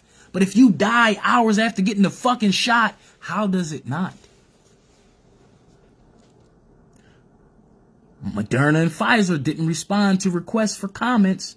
Abigail Cabablanco, a spokesperson for the Food and Drug Administration, told the Epoch Times via email, any reports of death following the administration of vaccines are promptly and rigorously investigated jointly by the FDA and the Centers of Disease Control. Bullshit.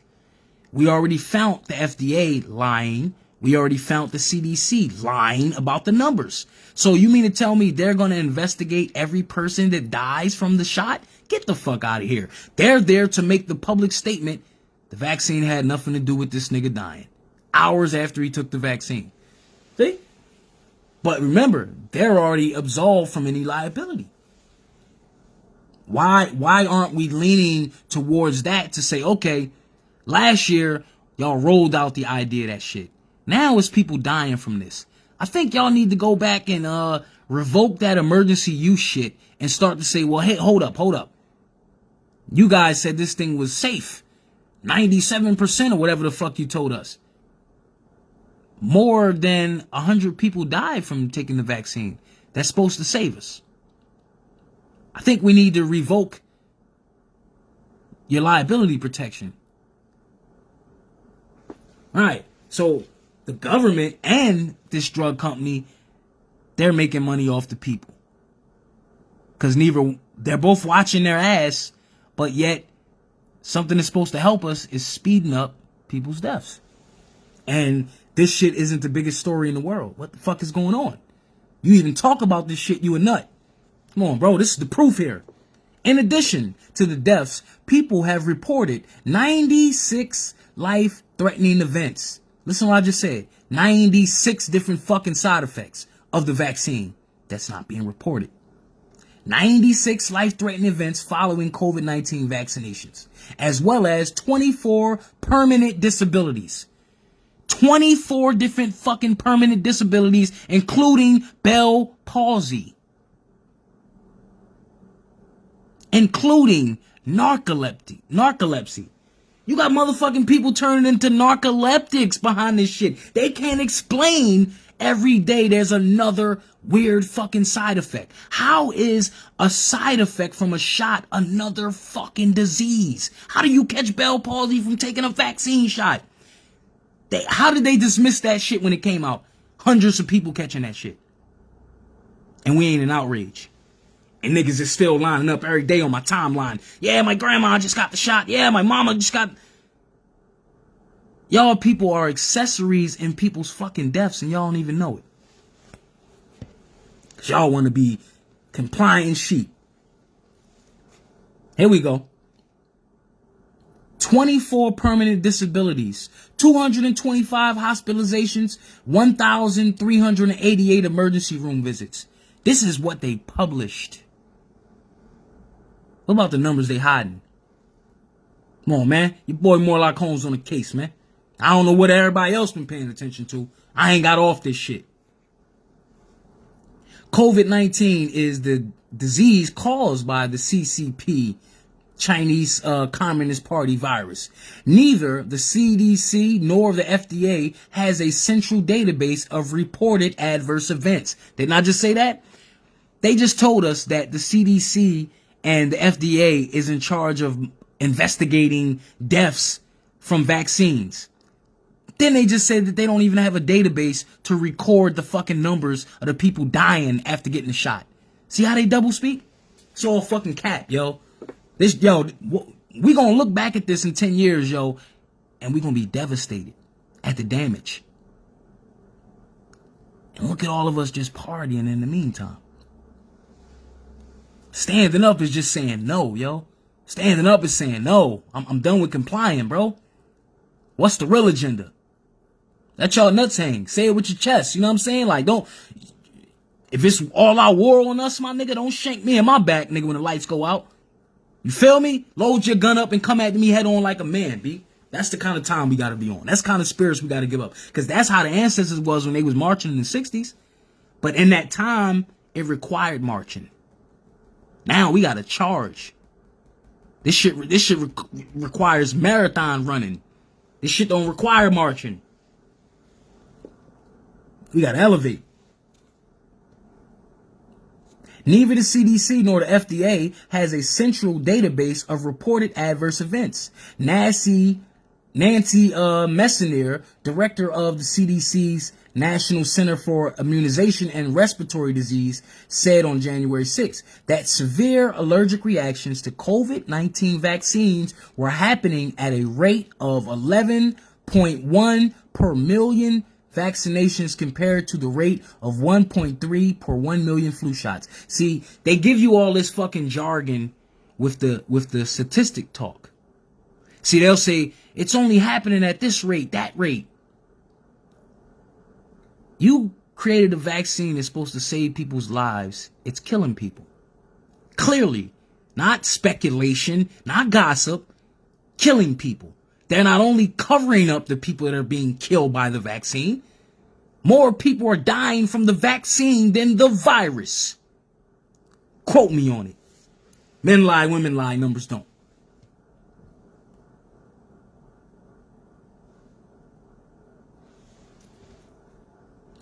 Pfizer and biotech are aware of the death of a healthcare professional 16 days after receiving a first dose. Pfizer said in a statement, it is highly unusual clinical case. See? Same kind of language. Severe thrombocytopenia. They just making up names. A condition that decreases the body's ability to clot blood and stop eternal bleeding. And they say that this person didn't die because of complications of the damn vaccine. But the vaccine caused the blood clots. So they say she died from a blood clot, not the vaccine. But what caused the blood clot? The vaccine? Do you see how these niggas are murderers and they saying, nah, we not a murderer. I'm just the executioner. Pfizer told news outlets in a statement that no evidence currently shows a link between the death and its vaccine. They just keep repeating that. But after the 100th time that they make this statement, at some fucking point, we're going to get the picture that the drug companies are absolved from mass murder. And we're watching this shit every day we wake up. And we ain't got no fight left. And I'm saying we as a collective, right? Because we stopped even talking about what's wrong. Remember last year everybody was, yeah, reparations and this and that. We ain't even got the heart to say, when y'all gonna have that talk with us, Mr. President, Mr. New President guy? Y'all niggas celebrated to get homie in. When y'all gonna have that talk? Right. Y'all used to being ignored.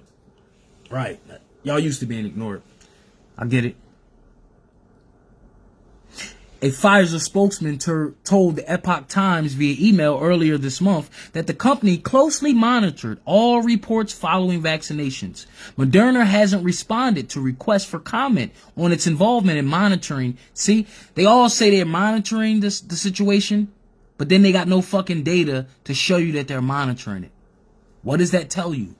They don't give a fuck if your grandma take the shot and die. She ain't gonna get no money. You shouldn't have let her take the shot. You're an adult.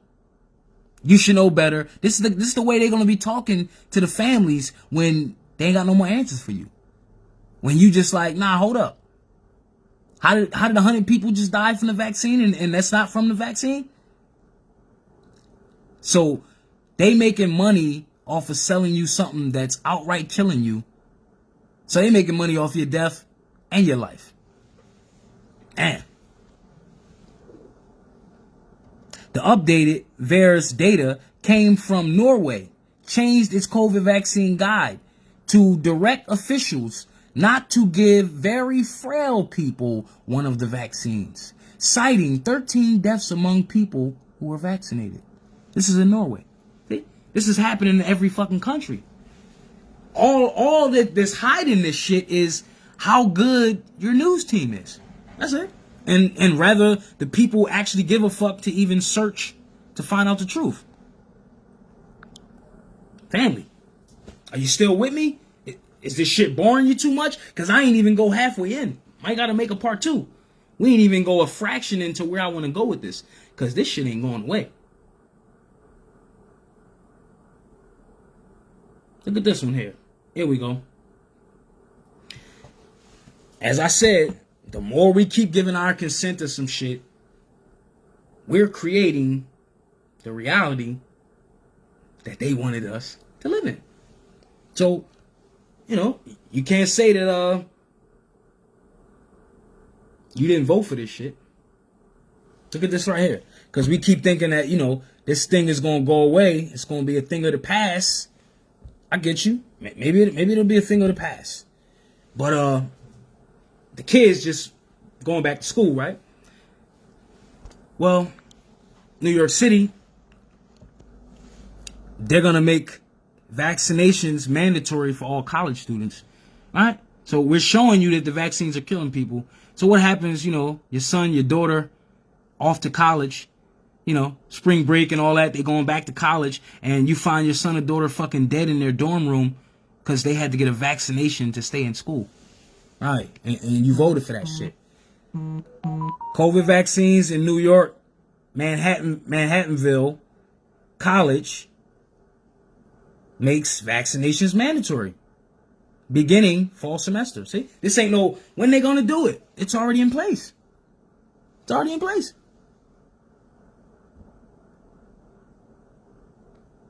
Already in place. Let me see if it'll play. Nope, it's not playing. Give me a second, family.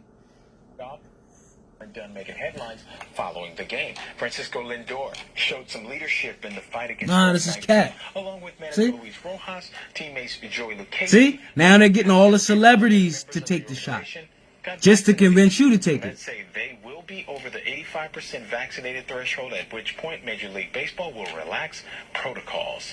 Second round of the Masters, Rory McIlroy trying to rebound from a weird opening round. He shot a 4 over par, which including an approach shot. I hate when they do this, man. Hit his father in the leg. This ain't even the story I'm looking for, dog. Well, feast your eyes on the bottom of the leaderboard. Several big names missing the cut. Rory Yeah, all right, so finishes 6 over. They're hiding the story I was looking for. But family, you're going to see an influx of a lot of your celebrities, the basketball, the LeBron James, all these people. You're going to see them now having to earn their money. Before the summer hits, they have to get a large amount of people to consent to that vaccine. Because, remember, the CDC, FEMA, right? FEMA's in charge of the vaccines and the tests and all other shit. Past 10 years, FEMA has been buying disposable coffins. Yeah, I wonder what's all that for. Then you got shit like this. The vaccine's supposed to save your life. But they told you, we're working on a vaccine that can save your life from the world's deadliest virus. They set aside millions of dollars in all the CARES Acts money. Why do they need funding to give you something that's free? Why are all these big corporations, just a while ago, fucking Krispy Kreme donuts, they were giving away a year's supply of free donuts if you showed that you got vaccinated. Somebody gave that company some money for that promotion. Look at this shit here. Budweiser and other brands are urging people to get the COVID vaccine so we can return to normal. Budweiser. Now Budweiser's running promotions for niggas to take the vaccine. Key points. Budweiser, Google, Walgreens, and other companies have launched ad campaigns to encourage consumers to get the vaccine. This is where the billions of dollars are going. So they set aside billions of dollars in those stimulus bills to give to these corporations to make fucking commercials to brainwash you to take a vaccine that's killing people. Everybody's making money off our ignorance. This shit is unbelievable. Some of the ads have a similar message. Get the shot so we can get back to normal. See? That's showing you that it's one group pushing the narrative for everybody. Budweiser, they like, nigga, look at this shit. And they always got to put one of our people tap dancing. You always say, nigga, show up, man. I drink Budweiser. How much y'all gonna give me? Hold up a red cup in the commercial? Come on, man. You always gonna find a nigga to do some nut shit. But hey, everybody else is with it too. Several brands are pushing consumers to get the COVID-19 vaccine with ads touting a similar message. Get the shot so we can get back to normal. Budweiser released an ad Wednesday called Good Times Are Coming. Remember your president, right? Joe Biden, Sleepy Joe. He said, by 4th of July, if everybody get the shot, You can have a hot dog and a hamburger at the barbecue. So you risking your fucking life, your family's life, putting some poison in your body so you could be with your mask off at the fucking barbecue by the summer?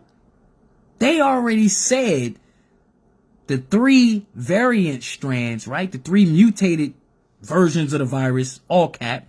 But they already said that those shits are stronger than the vaccines they have currently in place. So what are they telling you? By the summertime, they're going to change the goalposts. They just going to keep moving the finish line. Oh, nigga, we said that back then. Come on, man. They're going to re-quarantine niggas, and they're going to re-lock this shit down by the summer. Say what you want. Don't say I didn't warn you. Yup. Weed in D.C., all kind of crazy shit. They're trying to make D.C. a state so they could... All kind of fraudulent shit is going on right now that we don't see that the virus is a blanket for. But it goes on to say, oh man, let's take a look at the Budweiser commercial. Let's look at the fuckery. I can't make this up. I'll be seeing you in all the old familiar places. Got this heart of mine embraces all day through. Yo, this is the commercial, son. This gonna make you get the vaccine, son. I'll be looking at the moon, but I'll be seeing you. Yo, my nigga, take this shot so you can have a fucking beer. You know what I'm saying? Like, yo, son, this is crazy, son.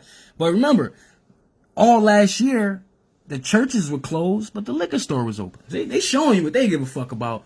Profit is their bottom line, my nigga. They don't give a fuck about your life. Them niggas said, take this shot so you can have a beer. You know what I'm saying? So you can get drunk again.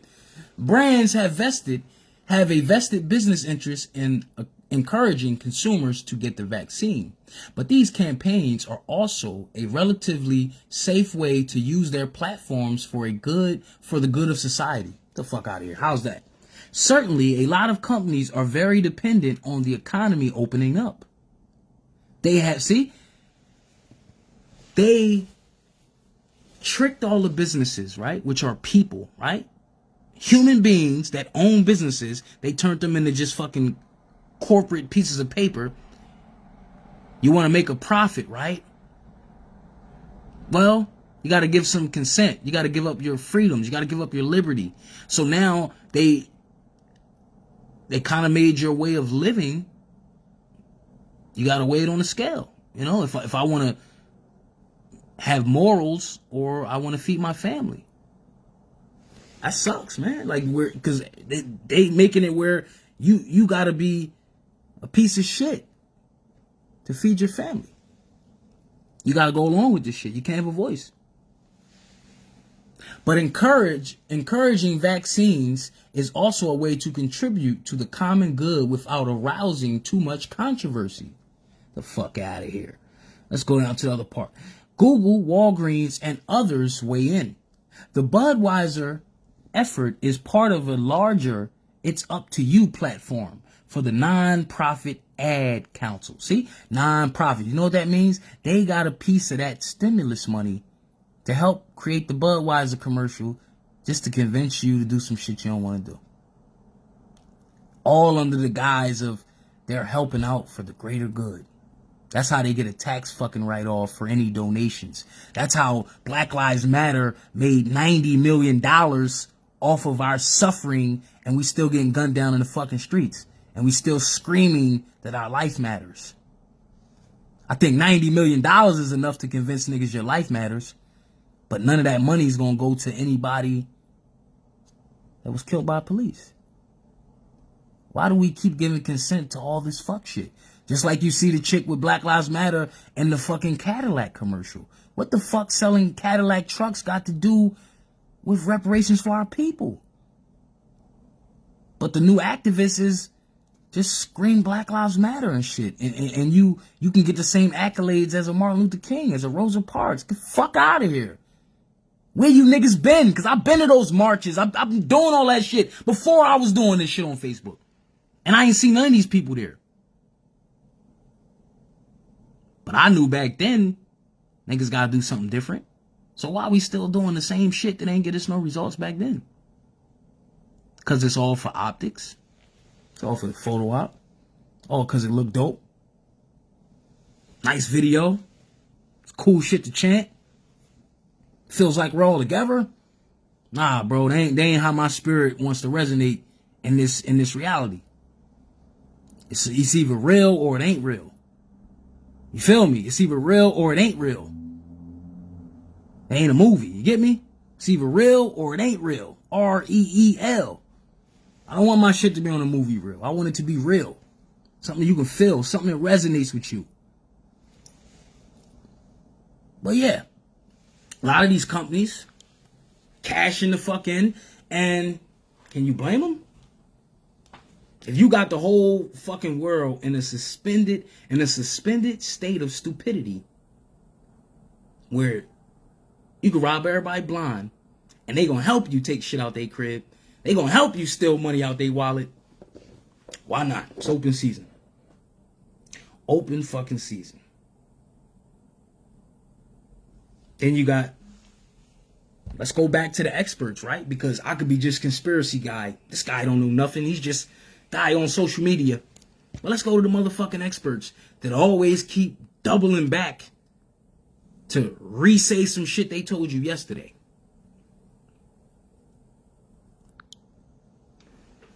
Backlash and reversal after CDC director says vaccinated people cannot spread COVID-19. Now, I just showed you the stories of the people that got reinfected right after getting both shots. Not one, but two of them. Now here's the fucking director of the CDC saying, after they told you that the vaccine was the shit that solved the problem, now they're saying, no, you can still get sick. Public health experts advise even the inoculated mask up in public, while their risks of asymptomatic spread remains unknown. See, here's the jargon. They told us, yo, the virus is spreading mostly between asymptomatic. You know what that means? The virus is spreading between people that don't even got no symptoms. Then they said, you only wear the mask if you got symptoms. Then they said, you only got the virus if you got symptoms. Then they said, it's niggas that don't even got symptoms that's passing the virus. Now, you don't have to be a fucking scholar with a PhD to understand the fuckery they just said in 5 sentences. But they know our attention span is so short. All they got to do is get us emotional and we can't think. I know a lie when I hear it.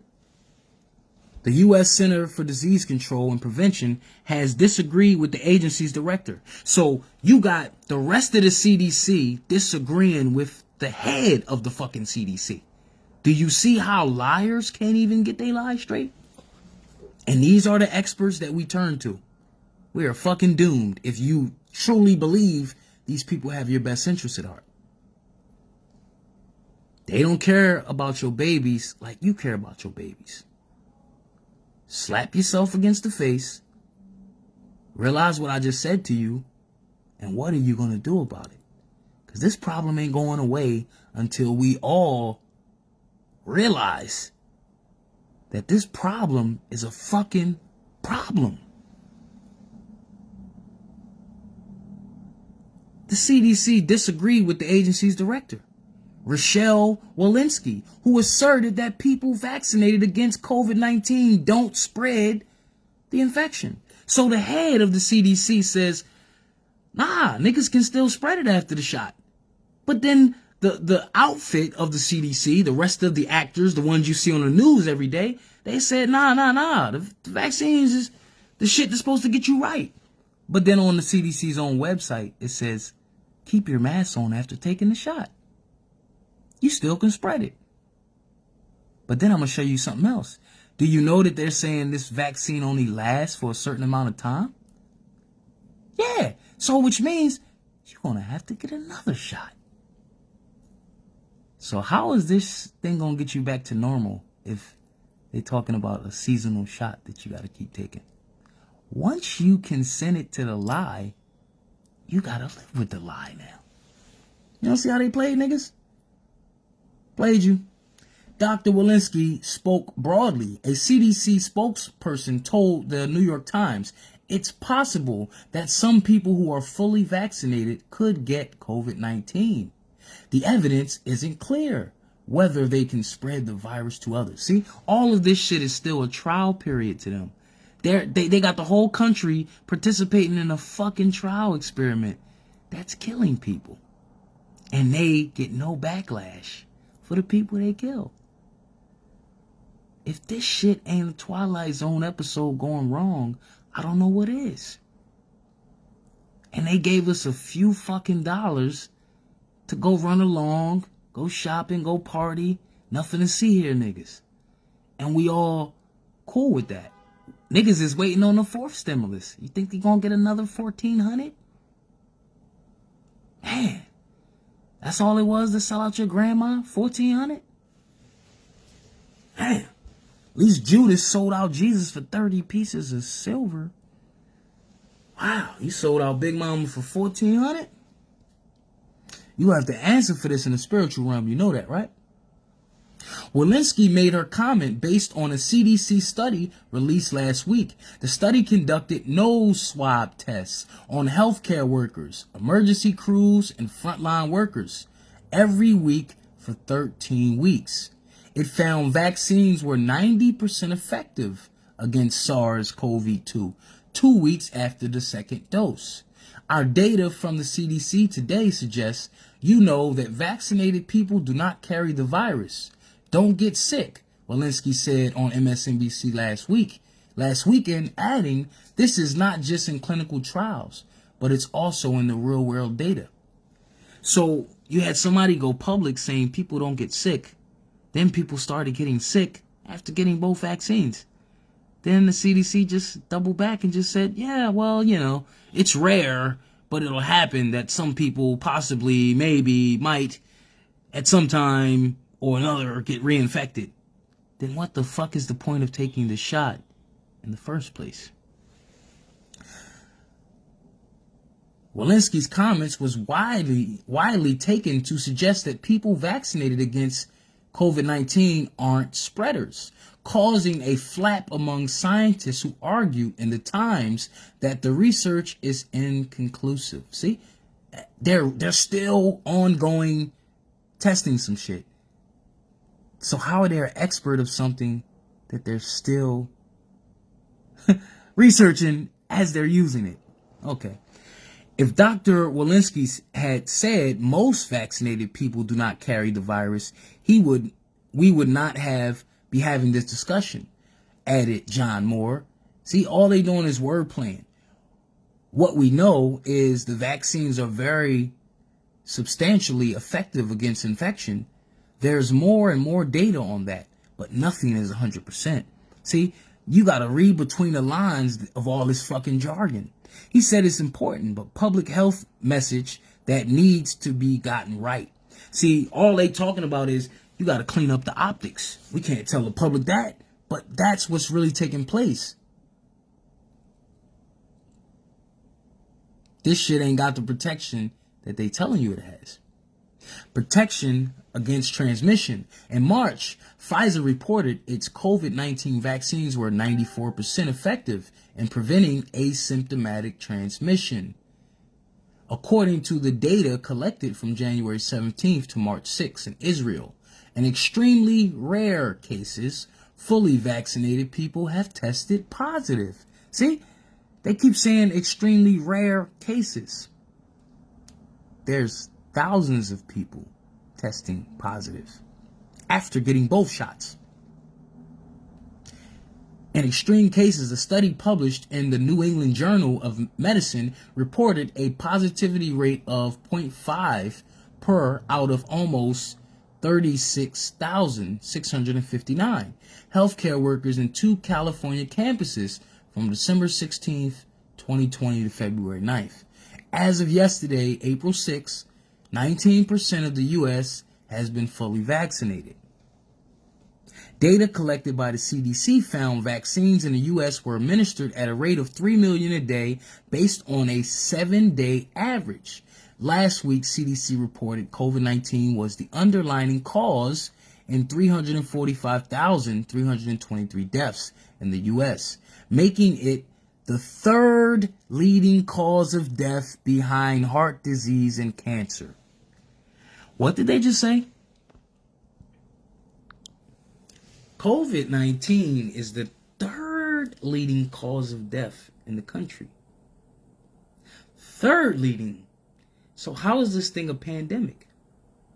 If more people died from heart disease and heart attack last year than they died from COVID. But keep in mind, remember what they said, a lot of complications from the COVID was causing people to go into cardiac arrest. You put the 2 and 2 together. But let's continue on, family, because all I'm going to do is lay down some markers for the family to connect some dots, because this shit ain't going away. And in the next 2 months, you're going to see some more crazy things that you can't explain. Here we go. One more thing here.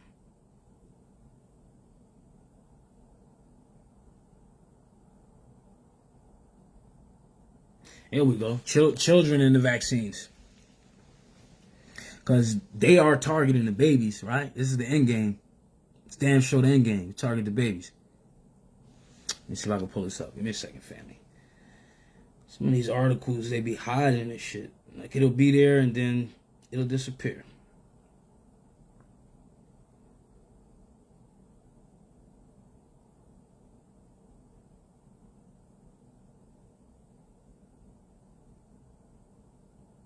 One second, family. Here we go. So all I'm going to be doing is pulling up all of these stories that where they tried to hide the severity of these vaccinations. Like, shit is really real out here, family. 23 died in Norway after receiving the Pfizer COVID-19 vaccine.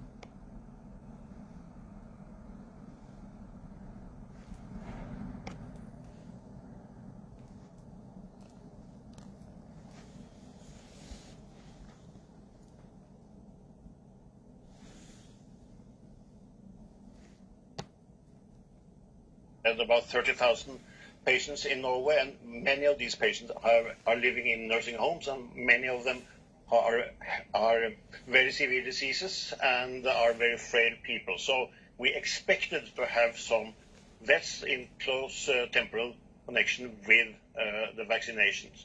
So when we started looking at some of these adverse reactions, we saw that some of the most frail people, some of the oldest people, seem to have adverse reactions, the common adverse reaction for these vaccines: fever, nausea, diarrhea, etc.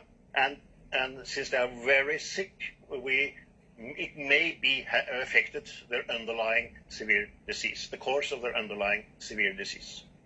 So what are you saying now to people who are handing out the vaccines? What are they meant to do? How do they assess if somebody is too frail or too old or not well enough to take the vaccine? Yeah, I heard about that. That, you know, they're pushing a lot of the prisoners to take that Oh, vaccine. it's very difficult to standardize this. This will be Check on your loved ones in jail, family. Tell them don't do it. The relatives and the patient itself. And what we say that if you have patients who are very frail, very sick, and have a short remaining lifespan, you should do some extra evaluation of the appropriate. See, he's saying don't give your elders this shot. There will be people who are watching this who've got elderly Point blank. relatives who are maybe a little bit concerned by the news that they're hearing. Can you just impress on people how small a amount of people this is, however tragic See, it is? they find a way to downplay it. Yo, if one person died, you got to pull that shit off the shelf. Too frightening. No, this is not frightening. We expected to have some deaths in the nursing homes, and this is only 13 cases at most. See, so they'll write the old people off. They was old, they gonna die anyway. Nah, bro. does not have to be afraid of the vaccination.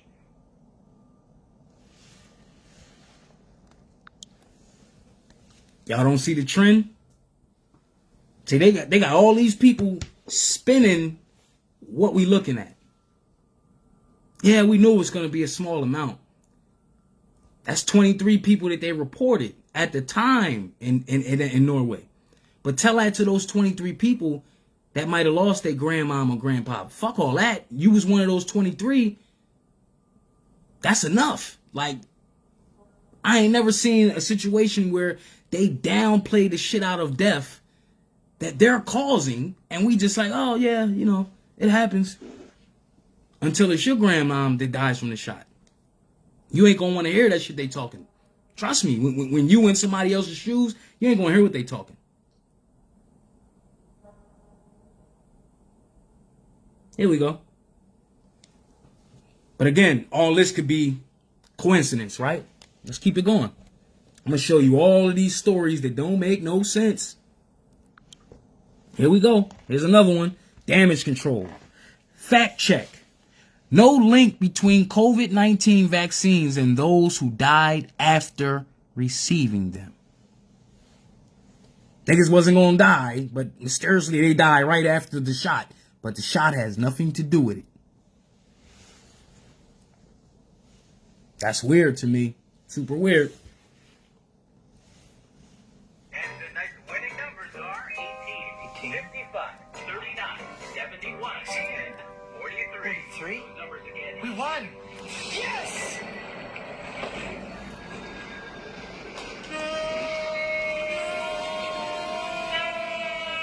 Quick! The quicker picker-upper. Bounty picks up message quicker, and each sheet is 2 times more absorbent, so you can use less. Oh man, I gotta listen to a toilet paper commercial, man. Bounty, the quicker picker-upper. I should have just read it.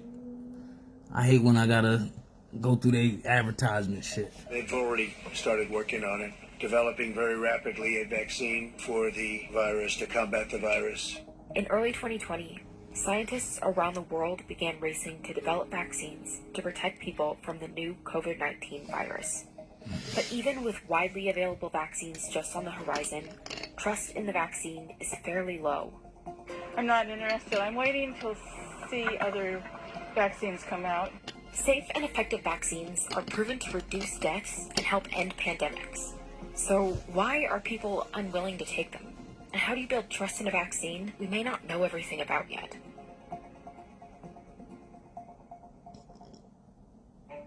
Vaccines for COVID-19 have been developed faster than any vaccine in history. Anyone in history. Labs across the world doing it. We don't have 100 companies across the world doing it. We don't have to go $24 billion to doing that. They skipped the testing. That's how they were able to come out with the shit. That's why all this is about to go left. And we needed to do this at unprecedented speed. Previously, the vaccine that had been developed the fastest was for mumps, which took 4 years and was approved for licensing in 1960. 4 years! A whole new suite of new They did this shit in 6 months. Opportunities we haven't used in previous times. From a scientific or political point of view, it's an achievement. But from a public point of view, it's like, whoa. 6 months, they didn't even know about the virus. How the fuck you start working on a vaccine if you don't even know about the virus? Even from healthcare, it was all planned. That's the reason why we've got to continue to get that message out that the process by which the vaccines were made were a standard process that was rapid because of exquisite scientific advances. I think a lot of people are troubled about the way in which this particular year, with our country so divided, this whole process of developing vaccines, like everything else, has taken on political overtones. The COVID vaccine is not only a new vaccine, it's a brand new virus we're learning about every day. These vaccines are made in ways that no other vaccine has been made. A lot of the polls suggest... First of its kind for this shit. May say, I'm pretty skeptical, I'm not sure I want this. A resistance to vaccines goes back a long way. It didn't just happen in the last 1 year or the last 2 months. In 2019, the World Health Organization ranked vaccine hesitancy as one of the top 10 threats to global health. New vaccines are the most vulnerable to hesitation. See, they knew that people will reject this, so they had to create the scarcity. It's seeming to take shortcuts, being too quick. In the 2009 H1N1 pandemic, that was one of the biggest reasons for people not taking that vaccine. And that was a much more familiar vaccine. I mean, that was based on That was Obama. Seasonal flu vaccine. Unless you get to the point where 70, 80, maybe 85% of the population is immune, the virus still has plenty of people that it can attack, who can then spread it to other people who are not immunized. And so it goes on and on. Vaccines have helped put a stop to past epidemics, like polio, measles, and smallpox. When a safe and effective polio vaccine was introduced in 1955, cases dropped by nearly half in just a year. When the polio vaccine was developed, this was a moment of national celebration. You couldn't be alive in 1953 or 54 without being worried about what this might mean for your family. There are many factors that have really changed over the course of the past 40, 50 years since we've seen that polio vaccine. Technology has changed, how we deliver healthcare has changed. So much has changed in general around how folks are receiving news. Confidence in vaccines has eroded over time. Just in the last 20 years, the number of Americans that believe that it's important for their children to be vaccinated has dropped from 94% to 84%. While there are groups that are ideologically opposed to vaccines, there's a much larger portion of people who are just nervous about them. We're in an era now where patients are extremely informed and they are taking control of their own health care. And that means that they want to see the data themselves. They want to be able to do their own research. Things like misinformation, political climate, and bad personal experiences can all contribute to vaccine hesitancy. The number one concern when it comes to vaccines are potential severe side effects. Yes, people who get sore arms. See, right before this pandemic, they were researching why people don't trust vaccines. See, 2019, they was gearing up this launch. In this case, vaccine, it revs up. Crazy. It needs a better public relations team because we always call them adverse events or serious side effects when it's really just your immune system doing what it always does. Facts. We don't know if there might be a rare person who, after having this vaccine, had some other long-term consequence that didn't appear in a 2-month period. But we know from other vaccines that's the window where some trouble is going to See, they don't know. They saying they don't know by month 3. They don't know what more side effects might pop up. But building confidence in vaccines, especially during a pandemic, can be difficult. I mean, if you ask me the question, would I take a COVID-19 vaccine right now? I would say, let me see the data. And I think once I see that, and I see that, for example, they have no data, family. And were I an African American, or were I, a member of the Latinx community, or if I had diabetes, or I was overweight, I want to make sure that I am represented in all these trials so that I can feel comfortable getting the vaccine, and then and only then would I get it. Advertising and education campaigns can help get data out. They giving the vaccine to kids 17, and they don't have no data that they tested it on kids. But we okay with that. But trusted community members and leaders may be the best tool for building confidence in vaccines. In the distant past, you would have celebrities get vaccines, like Elvis Presley getting polio vaccine. This ain't nothing new. They've been doing that, using these puppets. Who can turn to their peers and say, what are your questions? Sometimes it's a school teacher, sometimes it's a religious leader. I particularly think this is going to be important in communities that have traditionally been distrustful of medical research for sometimes good reasons, like African Americans. They got to push it in the hood. Or Latinos who aren't always sure that our healthcare system is well designed for them. They need to hear from. We always been the target. Wake up. The best thing a doctor or a nurse or a pharmacist can say to a patient to help them feel confident in the vaccine is that I got it too. I was also vaccinated and I'm okay. For COVID-19, additional it's called groupthink or sheepthink, right? Could also help motivate people to be I'm a sheep too. Look at me. Be able to go back to work. That's why they showing you all these people getting this vaccine. Or go to a sporting event or a concert. I mean, I think as the vaccine gets out there and people feel more comfortable about it. What good is a concert if you're fucking dead? Like, I'm confused. What good is drinking a Budweiser if you're fucking dead, man? Like, these niggas is crazy, B. Family, if you peep what they mentioned, right, and do your research on this, right, because under Joe Biden and President Obama, when they was dealing with the swine flu, the H1N1 shit, that vaccine had mad side effects. Do you know a lot of people develop narcolepsy, where you fucking fall asleep, in the middle of your conversation? Many people develop that from that H1N1 vaccine. And people die from that shit. A lot of people didn't take that swine flu shit. Why didn't we believe that swine flu shit and we believe in this shit now? Because that was the test back then. That was the test to see, man, we need something to control these niggas. And they just perfected it. Got Obama out, and look at that. His vice president is now the president. Because 12 years ago, they had this timeline in order. And we've been following it ever since. See the difference? This shit is weird though. But let's go into something else here. Here we go. Remember I told you that playing with the numbers? I'm going to do a part 2, family. Salute to the family. Your boy back. Morlock Holmes. We back on it. I'm going to do a part 2 to this, right? Because I got so much information. I ain't even touched the surface of where I'm going with this. But as I said, follow the narrative. Because I ain't getting off of this. Fact check. Have 966 people died after receiving the COVID vaccine? Did I tell you they don't have no fucking database? But mad at these deaths are slipping out and they got to find a way to try to spin it. The U.S. COVID vaccine rollout has seen over 90 million people receive at least one dose, according to the CDC as of March 7th. Scientists told Newsweek on February 24th that serious side effects from the vaccine were rare at a time when 65 million doses have been given. See, they keep saying this rare, extremely rare, adverse effects, all this fake bullshit that's just hiding up the fact that they have no data to prove this shit works. And the only data they have is to prove that something's wrong with these vaccines. Simple. Hold up. Let me see if I can plug this in, because battery's dying on me. Give me 1 second, family. Yeah, we can't have this die. We gotta get this out. Oh shit, it's about to die on me. Alright. What could I do?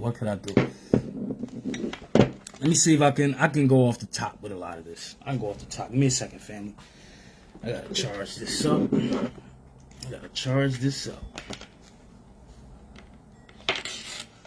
Yeah, because it's about to die on me. Give me 1 second, family. I'm gonna try to go back to it. So now, basically,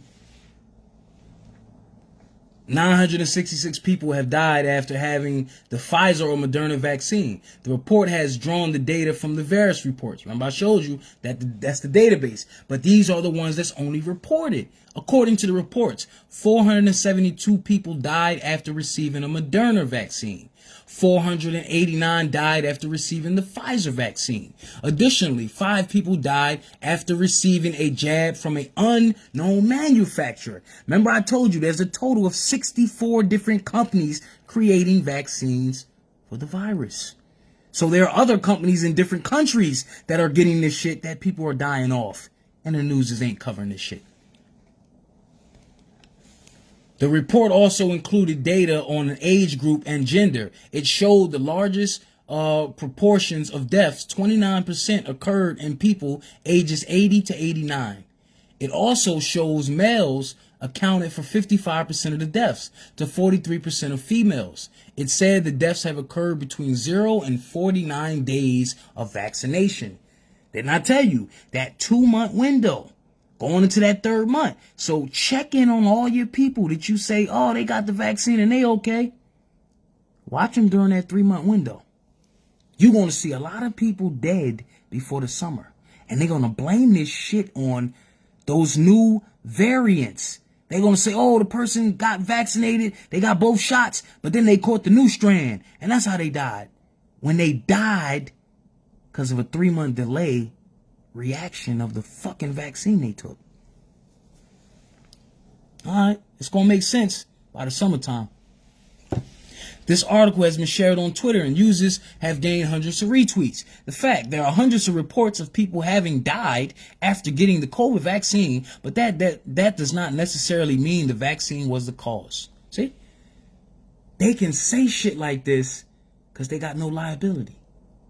How do you have the data from their database that says, yeah, we record the deaths of people that died right after taking the vaccine, but then they say, them niggas ain't died because of the vaccine, B. Niggas die every day, B. You got to have no humanity. You got to have no morals. You got to have no spirit. You got to have no heart to make that kind of fucking statement publicly. But I showed you multiple articles where the drug companies come out with that same kind of talk. Wasn't our fault, nigga. We ain't tell you take it. Our various results showed 970 people died after being given the Pfizer or Moderna vaccine shot. Of those deaths, 495 occurred following a Moderna shot. 475 occurred following a Pfizer shot. We ain't gonna talk about the niggas dying from Johnson & Johnson. We not gonna talk about the sites they shut down and stop niggas from getting the Johnson & Johnson shot because there was too many reactions in one fucking day. They ain't talking about this kind of shit. And we got the data there too. It's unclear why data seen by Newsweek differed from the Epoch Times data. This might have been because the data has been updated since the Epoch Times ran its various queries. See? So now they saying, oh, the numbers ain't the same because we keep updating it. But then they say we don't have an official database that records all the people dying from the vaccines. But then they say we do, but we're not reporting everything.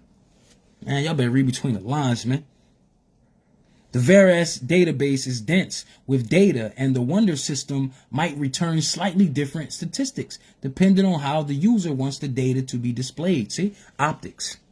So they're saying there's people in charge at the FDA and CDC that's massaging the numbers of the deaths so they can make this shit look right. Yeah, my battery just died on the tablet. So what we're gonna do, we're gonna do two parts to this. We're gonna do two parts to this. But I can do a lot of this off of memory. I'm gonna add some more of the stuff.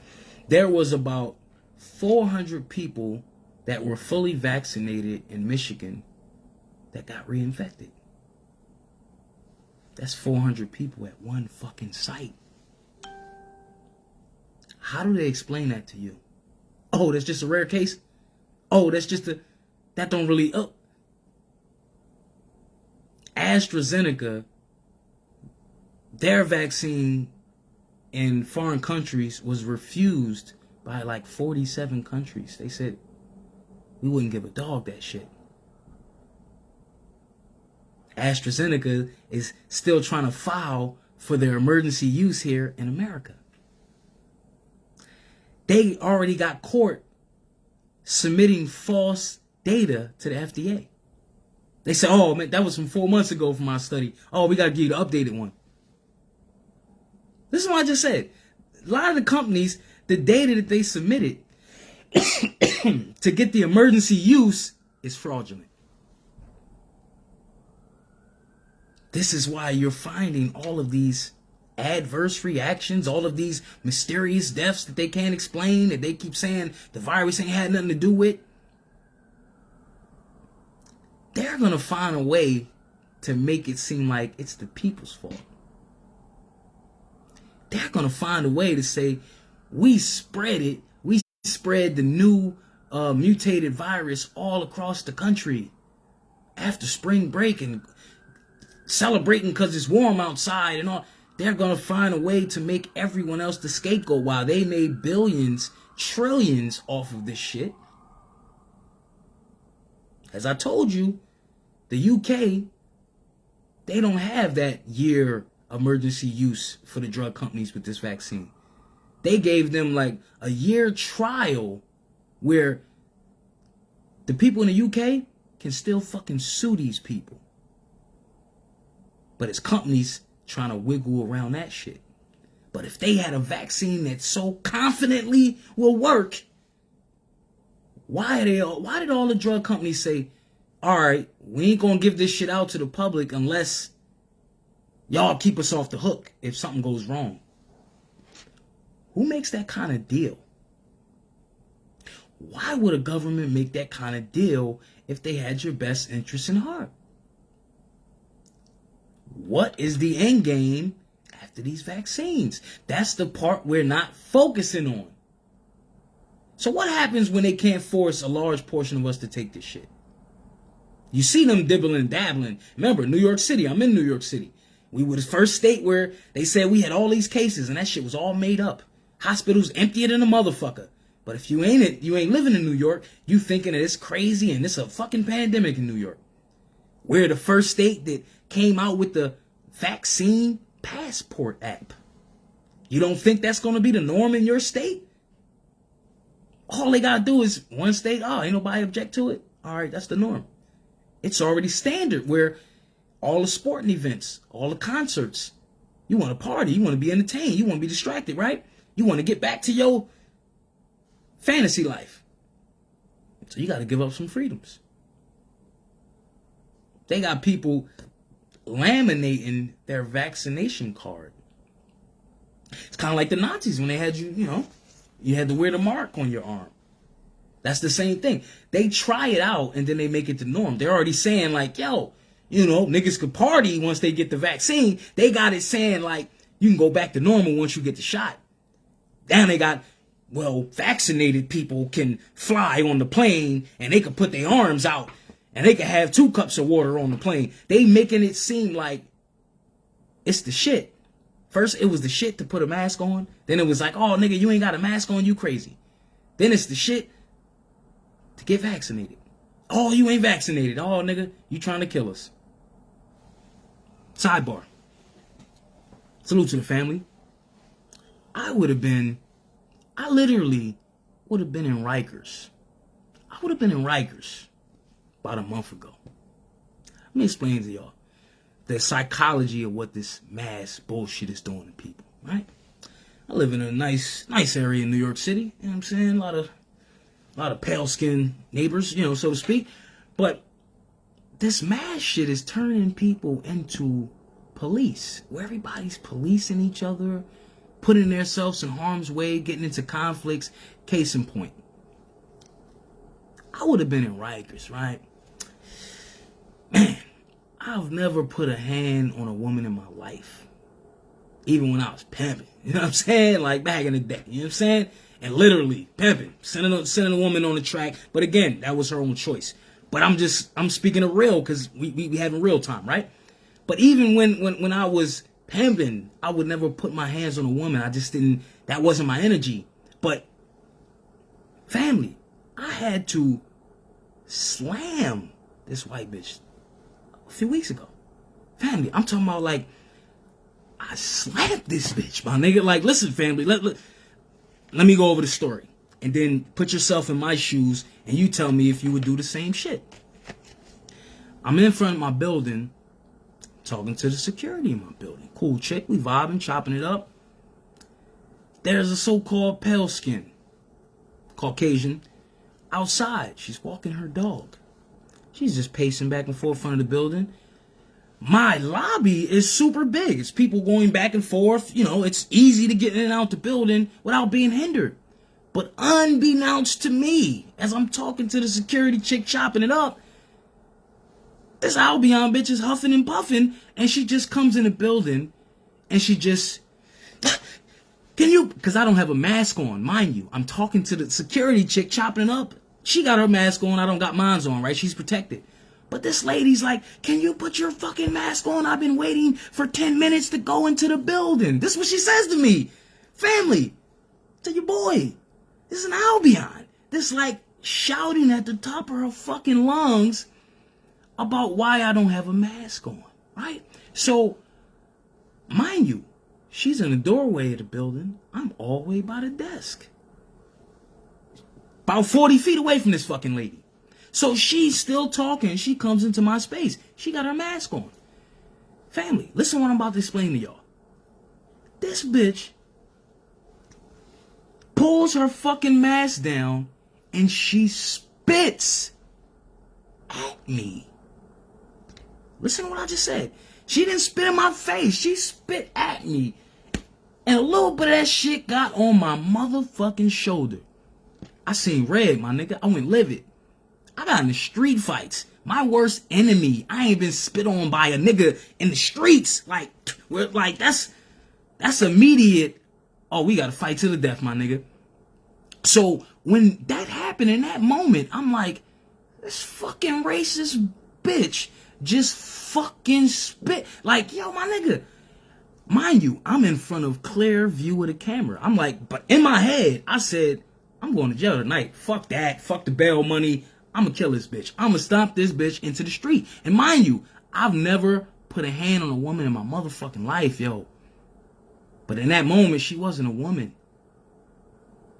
She wasn't even human in that moment. It was like, and the only thing that saved her was the security. Had it been probably a cracker security, I would have disregarded and probably stomped this bitch into the street. But it was a sister.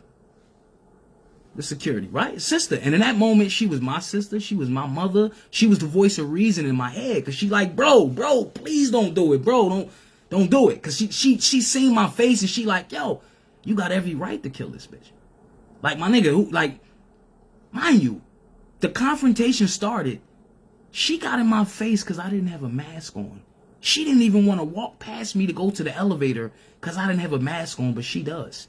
This is the whole confrontation, right? So I'm like, yo, this shit can't be fucking happening. So in the moment where she spit, my adrenaline's going. So I just had my water bottle and shit. I'm like, this fucking bitch. So I just dumped my water bottle on this bitch. But my adrenaline is still going. I'm like, nah, son. Like, yo, I want to sneak this bitch. I'm like, cause I'm like, at this point, she's a nigga. I'm like, yo, I want to, but I'm like, yo, I'm still a man, right? And I love my mother. I got 9 sisters. I love my, you know what I mean? So I'm still, even in my rage, I'm still like, yo, that's a woman, dog. Like, don't do it, bro. Like, I got the devil and the God on my shoulder. Like, the devil, like, yo, sneak this bitch, kid. You know what I'm saying? Like, you got one, kid. Ain't nobody looking. But then the God was like, bro, I'm watching. You feel me? So, after I dumped the water on this bitch, we still... it was still snowing, right? This was like a month ago. So it's a big ass dune of snow on my block. Now she got her little dog, little Taco Bell dog, and she must have just curved her dog. So it's her little dog, and the little bag of dog shit, right? So in the middle of the scuffle, right? So as I dumps the bottle of water on this bitch, she picks up like a big ass chunk of ice and throws it at me. So family, I'm like literally almost in a street fight with a crazy white bitch on my street that like just lost her fucking mind because she's under this mad shit. So I'm like, yo, this bitch just threw a snowball, but it was ice, my nigga. I'm like, yo, this bitch chucked some ice at me. So all I could think was to get this bitch to stop throwing shit, I gotta slam dunk this bitch. I'm talking about big show, you know what I'm saying, WWE, take this bitch up to the sky, slam dunk this bitch on the cement type of shit, right? So I'm like, yo, I gotta slam some sense into this bitch. So I'm like, yo, this didn't just happen. Like, this nasty bitch, like, just, and I'm still like, yo, my shoulder was on fire, my nigga. Like, I was exaggerating. I'm an Aries, but I'm like, yo, my nigga, my shoulder felt like it was on fire, nigga. I still felt that little shit that hit my jacket. I'm like, yo, this bitch did not just fucking spit on me, son, over a mask. So, long story short, I lift this bitch up in the air and I slammed her and her dog. The funny shit is this, family. Listen, when she spit on me in slow motion, her little dog looked at me like, I'm just a dog. I ain't got nothing to do with it, dog. Like, yo, she fucked up, son. Why she do that? The dog was having a conversation with me like, don't fuck us both up. So, family, I chased this bitch outside, and I had to launch this bitch in the air and slam her and her dog in the snow. You just see this bitch laying next to the big ass pile of snow, her dog, and the little bag of dog shit, like, just laying on the motherfucking ground. Like, yo, this shit was so fucking funny, family. I'm laughing and I'm angry in the same moment, but I'm like, yo, this shit did not just happen. And it's all in view of the motherfucking camera in my building. So I'm just like, man, son. But I had to slam this bitch. So, long story short, security like, yo, bro, get low. You know what I'm saying? Get low, son. She called them boys. The boys on their way. You know what I'm saying? I gotta do my job. I gotta give a report. My nigga, get lost, get low, get the fuck out of here, right? The ancestors had to be in my favor, right? Because I wasn't there. You know, the chick is telling me what happened after the fact. 2 cops show up. 2 brothers. show up to the situation. Yeah, bro. You laugh your ass off on this one. 2 brothers show up. Here's what the security's telling me of the story, right? So, mind you, she's big bad, crazy, angry, mass bitch, right? But when the cops show up, this angry black guy, this was how she's telling the cops, this angry black guy just grabbed me and threw me in the snow, and the cops is like, hold up. They, with their little pad. So, ma'am, tell us what happened. The security like, nah, ma'am, you spit on him. I was right there. You spit on him. So the cops looked at each other. The cop said, you still standing here after that? All he did was slam you? This is what the cop said to her. Like, yo, we ain't scraping you up off the street, bitch. Like, we ain't got a gurney and an ambulance for you right now. We talking to you because all he did was just slam your dumb ass in the snow? Because you spit on somebody, that's assault. What if that bitch had COVID and she spit on me and that shit got on me? You getting me sick. But in that moment, this crazy bitch felt entitled. Because you don't got your mask on, I'm going to create a confrontation with you, and I could spit on you. And ain't nothing going to happen to me, because I got the complexion for protection. But in that moment, family, right then and there, I said, nigga, orange look good on me. Fuck it. I like eating Cheerios. You know what they give you the first time you wake up in jail? You get the Cheerios and the motherfucking platter and shit. You don't even get a bowl, nigga. You get Cheerios and the motherfucking lunch tray platter, the styrofoam joint. I said, nigga, I already know what I'm waking up to eating, nigga. I already know I got my blanket, I got my toothbrush.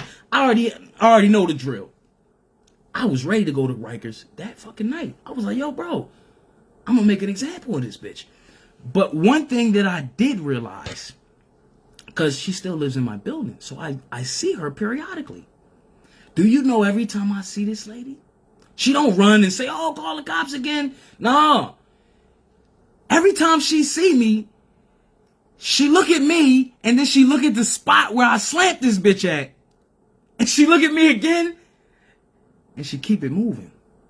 She don't say nothing. She don't say, hey, you fucking nigger. Like, no.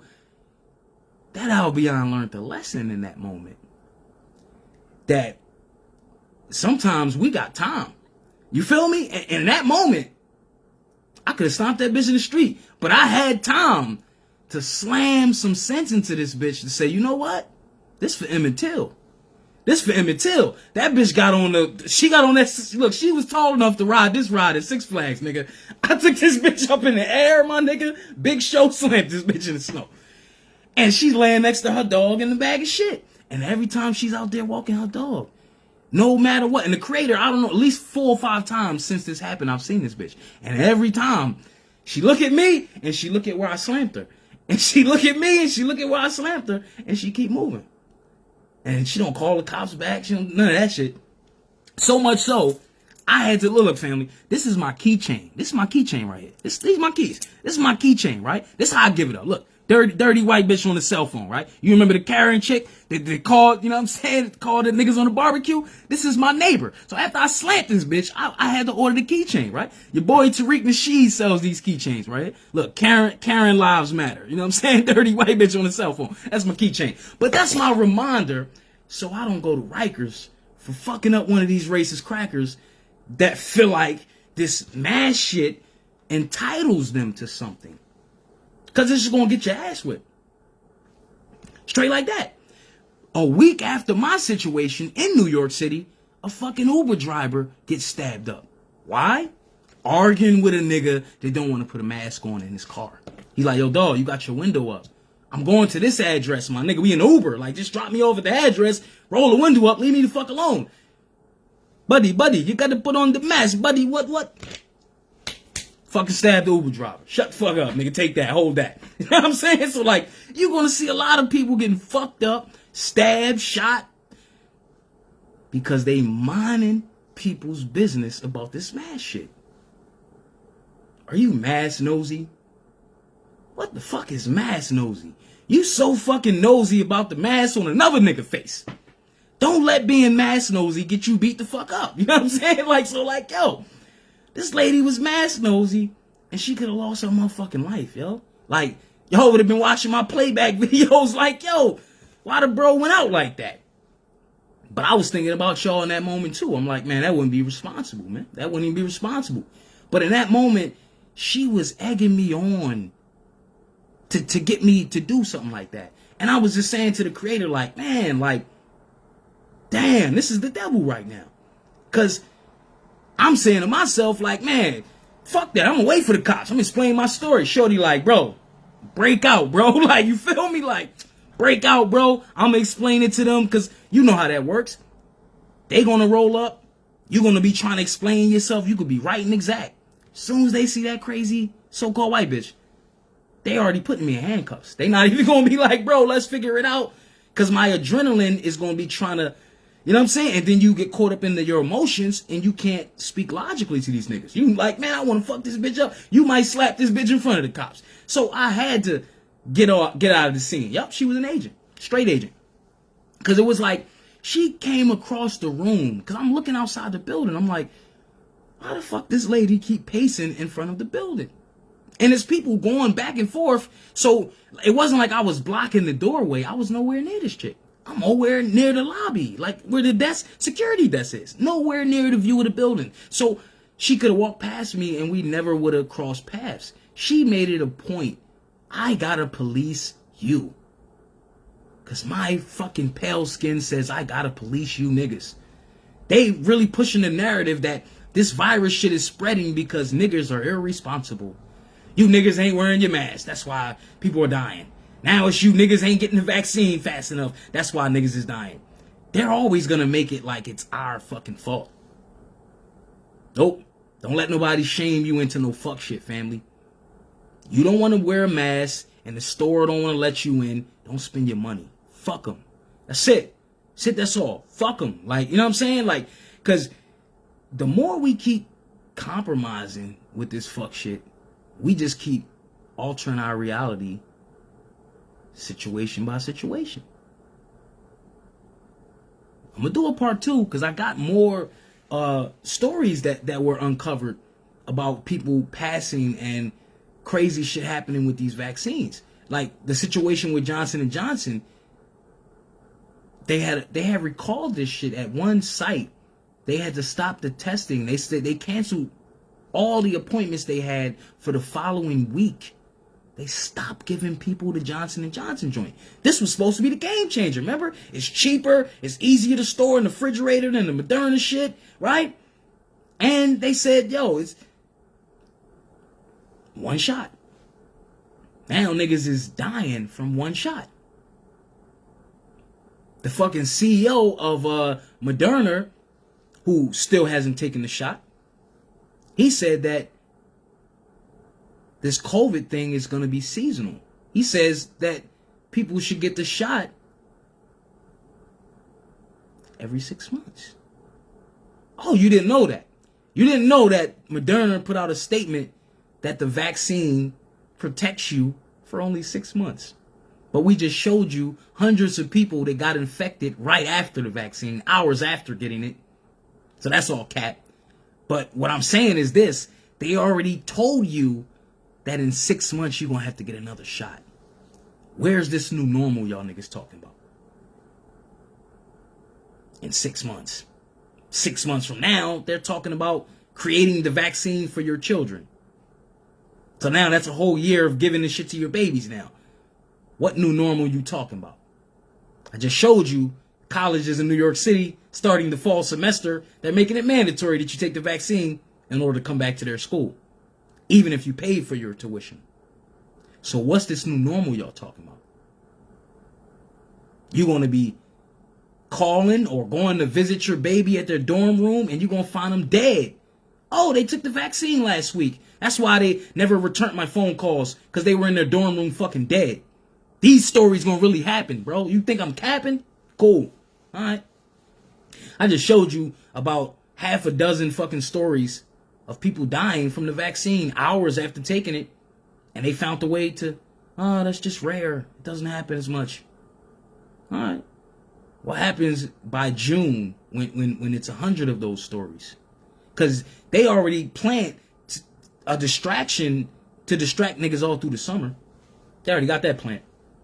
They already showed you. They said it's 4 different variants. They put out the story. They said the vaccines are good for 2 of them. Then they said it's 2 mutated variants of the virus, that these new vaccines don't stand a chance. Right now, Moderna, the first vaccine, they're working on a new vaccine for the new strain. Ain't that a bitch? They were the first ones with the vaccine that they saying, we once we get everybody vaccinated, we saved everybody. They're already working on another vaccine. They said this shit only lasts 6 months. So by the winter time, you're going to have to get another 2 shots. But then next year again, it's going to be COVID season. But hey, nobody died from the flu last year. You don't find that weird. 80,000 people a year died from the flu. Not one person died from the flu in 2020.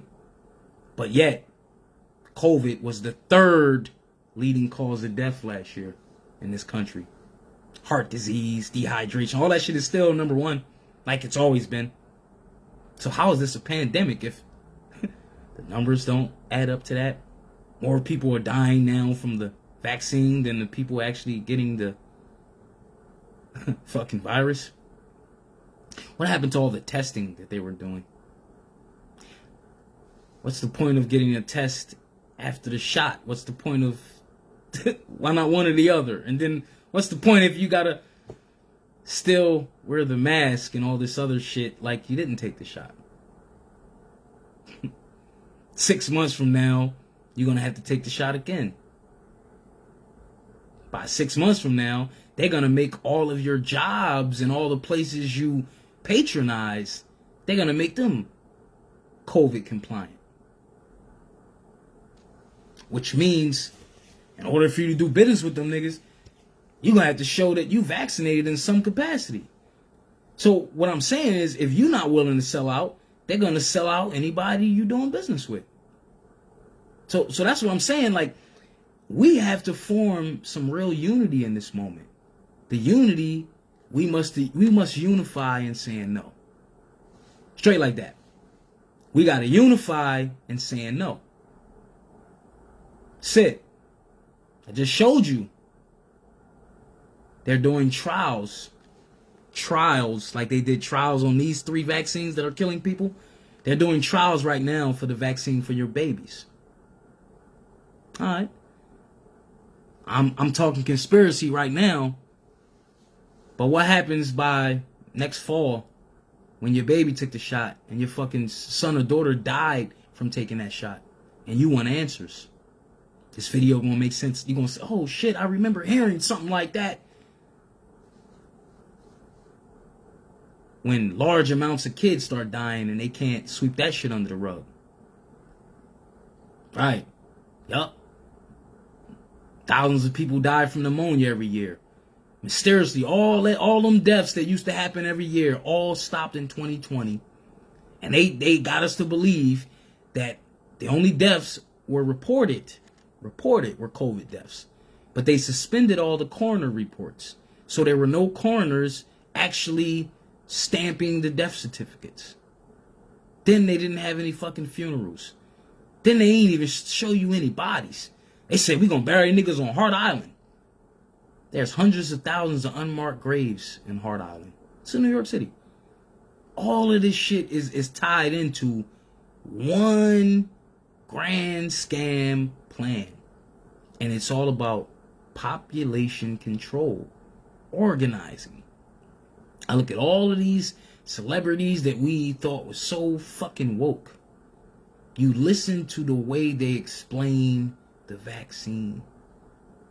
When I listened to Nick Cannon when he did the interview on a Corey Holcomb show a few days ago, he said, I got lupus and this and that, so I'm already a candidate for the hospital and I gotta comply with these doctors. How the fuck is this nigga gonna come out with a Dr. Sebi documentary?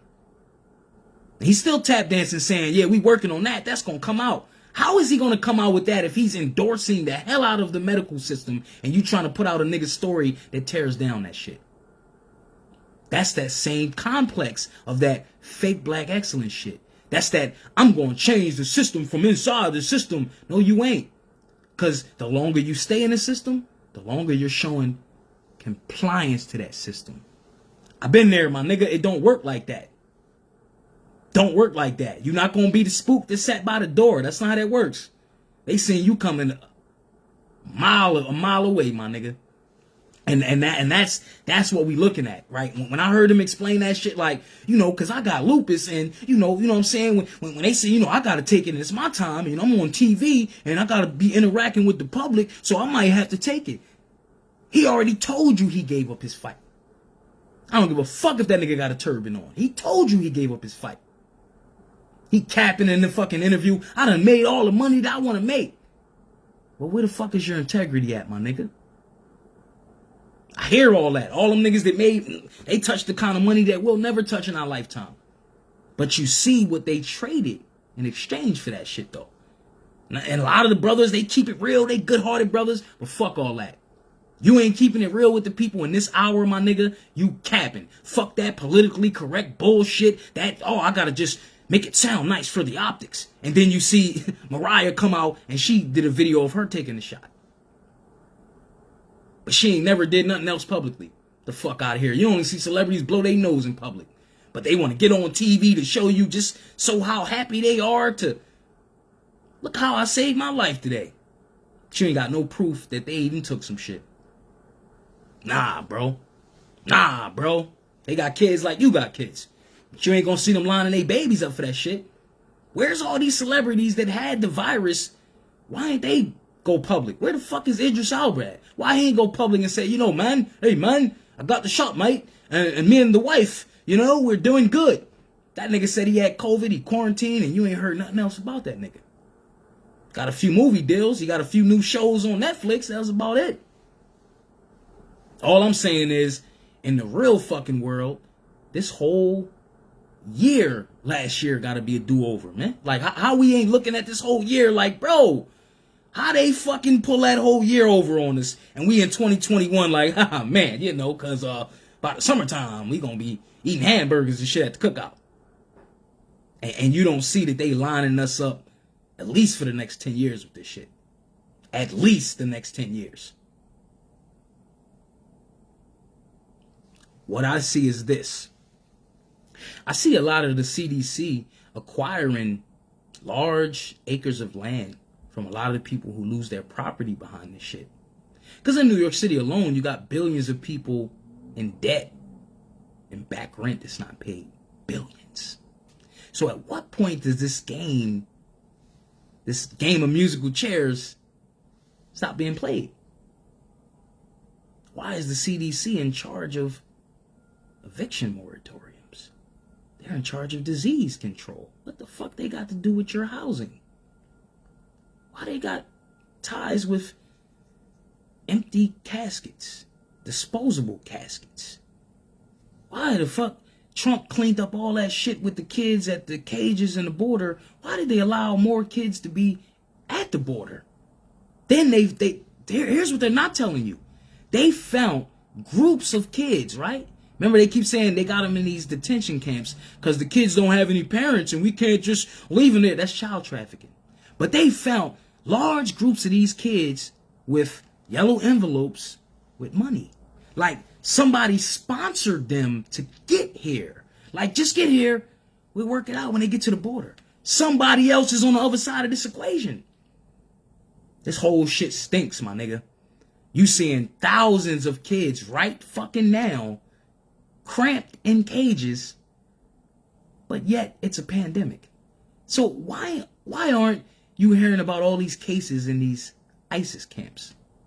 When you hear about all these mad COVID spreading cases, you seen thousands of kids in those fucking reflectable blankets and shit, the survival blankets, stacked next to each other in fucking cages. That's under your President Biden. They just put the vice president in charge of handling that situation. The bitch Kamala. She ain't even visited the camps yet. She been in place for 3 fucking weeks now. That ain't happened in history, family, where a president or somebody, they at least gotta show up, photo op, fake it. That bitch like, I ain't even faking it, nigga. We ain't showing up for them kids. Nobody gives a fuck. None of the press has asked the question as to why the vice president hasn't at least visited the fucking camps. Then when they showed the camps, they were blocking the fucking news cameras. They kicked the cameras out of the rooms. So the few pictures that we did see, that's devastating. Imagine the shit the cameras were trying to pick up. But this is happening in 2020, and we not understanding that they gave a lot of the stimulus money to undocumented workers and immigrants. What the fuck is going on? Did they give a lot of these immigrants that $1,400 because they stealing their children from those camps? You never see your child again, but you get that $1,400 and you can stay in the country? What is taking place? They granted asylum to a lot of these people. How the fuck you have a border problem for years? That's why he built the wall. Then after this nigga's out of office, y'all reinstate the catch and release, where basically you jump the border, we lock you up here, we give you a court date, and we release you back in the country. Like, oh, let's make sure you come to court. You don't even speak English. Why the fuck would you come back to court? All you gotta do is lay low. Sell fruit on the highway. You know what I'm saying? You can stay in the country forever. Like they all be doing. I got nothing against none of that. Like, man, everybody, I understand why you're trying to come here to get something better. I get all that. But the people that's here is scrapping for the crumbs when it's more than crumbs out here. That's what I'm looking at. Like, how the fuck no reparations have been administered to my people directly by name? Fuck all that people of color shit. That just includes any nigga that ain't stamped white can get all the benefits you niggas march for. We gotta stop falling for that fuck shit. Fuck all that people of color shit. We shall over. No, nigga. My ancestors, your ancestors, the people that's still catching the motherfucking hell. When are they gonna be compensated? We not asking. We taking our shit now. That's the kind of type of time we gotta be on. Fuck all that other shit. Them niggas won't even have a discussion about y'all niggas reparations. That's arrogance, huh? Have a discussion, let alone cut a check. Because it's not really the check per se. The spiritual forgiveness. That's what they ain't got. That's why they walk around. I'm not racist. That's why they walk around feeling fucking guilty. Because spiritually they guilty. It's an energy. It ain't hate. It ain't I hate these people because of what happened. A lot of these motherfuckers, crackers, didn't even have enough money to own a slave. And many of them were slaves their fucking selves. A lot of them are faking. Oh, you didn't know? Let's go into something. I want you to take a look at this here. I want you to grab this up if you don't have it. Birth of a White Nation. Take a little look at this. Birth of a White Nation. The invention of the white people and its relevance today. They know they ain't white. And they know you ain't black. Keep talking about generational. I'm trying to break generational curse. When you gonna stop following generational stupidity, my nigga? People ain't fucking crayons. Let me read something for you. Let me read something for you. Because what they keep saying, you want to hide something from niggas, you put it in a book, my G. First motherfucking page. This is by Jacqueline Bartolora. Right? Birth of a White Nation. The invention of white people and its relevance today. Let's read the first page. This chapter, White People, the Creation. This chapter and the next are devoted to providing an explanation for the creation of the group of humanity called white. Now watch how they reveal the game. It sounds pretty outrageous to think about it. White people as an invention. In fact, such a claim may be perceived as offensive to some. See, because many of them actually fucking believe that they're white. They bought into the lie. This is why the lie is reinforced. Because you have many of their people and our people sharing in the ignorance, because many of them don't know their family's history past the 1800s. They truly believe they was all slave masters. Right. This is so because the invention has been such a success. In fact, many people today understand themselves to be racially white and view race as a biological fact. All cap. Such a perspective is completely understandable when forms, see, they ask you to give consent as to who you believe you are. Such a perspective is completely understandable when forms utilized by U.S. government, medical providers, and schools ask for a racial designation. Such common social practices make both race and the groups listed under it seem real. In fact, they work to make these groups real in the sense that they give groups meaning in society and work to make them different. In spite of this common experience of race, we should begin by realizing that white people as a designation of a group of humanity, much less as a race, never existed until late in the 17th century. This means that white people have been in existence for a very short period of time, while people whose skin reflects light, skin pigmentation, have been in existence for thousands of years. You understand what they saying? These people came from you. That new white shit is some new shit they created. And we kept playing along with it. Long before the colonists arrived upon the shores of North America, people referred to a person as a color in relation to the appearance of his or her skin, as in William Shakespeare's Othello. Othello in 1604. However, these descriptions were just that, descriptive. Much like a person can be said to have yellow or brown hair.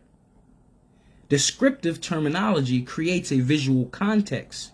Such descriptions generally do not presuppose a human difference that is thought to constitute a distinct human order or unique race. See, we're agreeing with a reality that's not real, but it's real when you give real energy to it. Prior to that label, white people were referred by a number of possibilities, including national origin, such as Spanish, British, or Brazilian, or by religion, such as Jew, Christian, or Muslim. There were other possibilities as well, such as one's status as servant or free. Oh, so-called white people were servants or free. See, when you understand that white shit is a status, that it only works when people perpetrating the status is agreeing with it, and people that stand to not benefit from said status also agree with it. See, hand in hand. So it's like we are playing a role with our oppressor.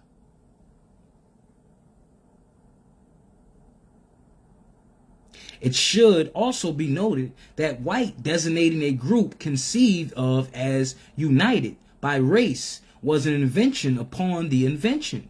In other words, at the time white people were invented, they were not seen as a race. This occurred later and will be discussed in the next chapter. The label white, reflecting a group of humanity, appears nowhere in law until 1681. At first appearance in an enactment passed by the Colonial Assembly of the Colony of Maryland. The question is why?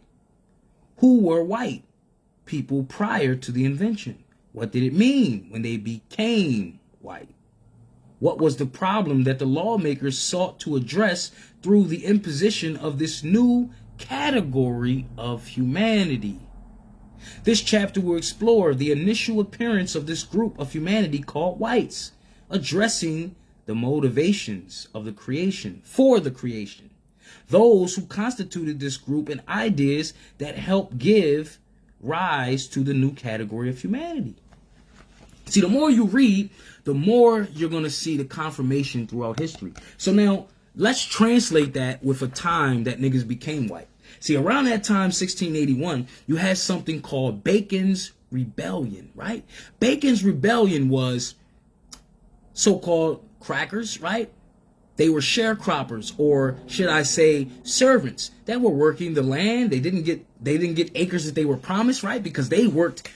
You remember the 7 Years a Slave, or that movie that was showing you indentured servitude, because we shared alike. Many of our people and their people were servants under contract for small periods of time, but a lot of the people were swindled out of their deal, or they reneged, right? And they didn't honor up on the deal. So many of these so-called poor whites came together with our poor population, and they rebelled. So in Bacon's Rebellion, they found out that, hey, the so-called poor indigenous and the so-called poor cracker both got swindled by this so-called elite class of this 1%, right? Because they was playing that 1% game way back then. The large plantation owners that didn't pay taxes on their slaves, and they got to keep their money, and the smaller niggas paid all the taxes. Kind of like now. The small guy pays all the taxes, and all the big corporate niggas, they get the corporate tax incentives, right? When they try to tell you, oh, Trump don't pay nothing, show us your tax returns. None of them fucking politicians pay taxes. But we're the idiots that keep playing that game like, yeah, man, yeah, they gonna put his tax returns out. But then you see somebody like Wesley Snipes go to jail for tax evasion.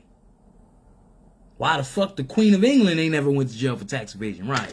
It's all fucking cat. But this Bacon Rebellion situation, they realized that oppressed people will always unite against the oppressed, against the oppressor. Oppressed people will eventually always unite against the oppressor. So when they learned that, oh shit, the so-called poor white slave, the so-called poor black slave got together and uprised against the slave master. So then they said, you know what?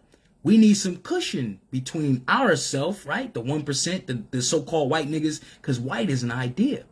They needed cushion between the white trash that don't have shit, but can claim the status that I'm white too, and the niggas that actually own property.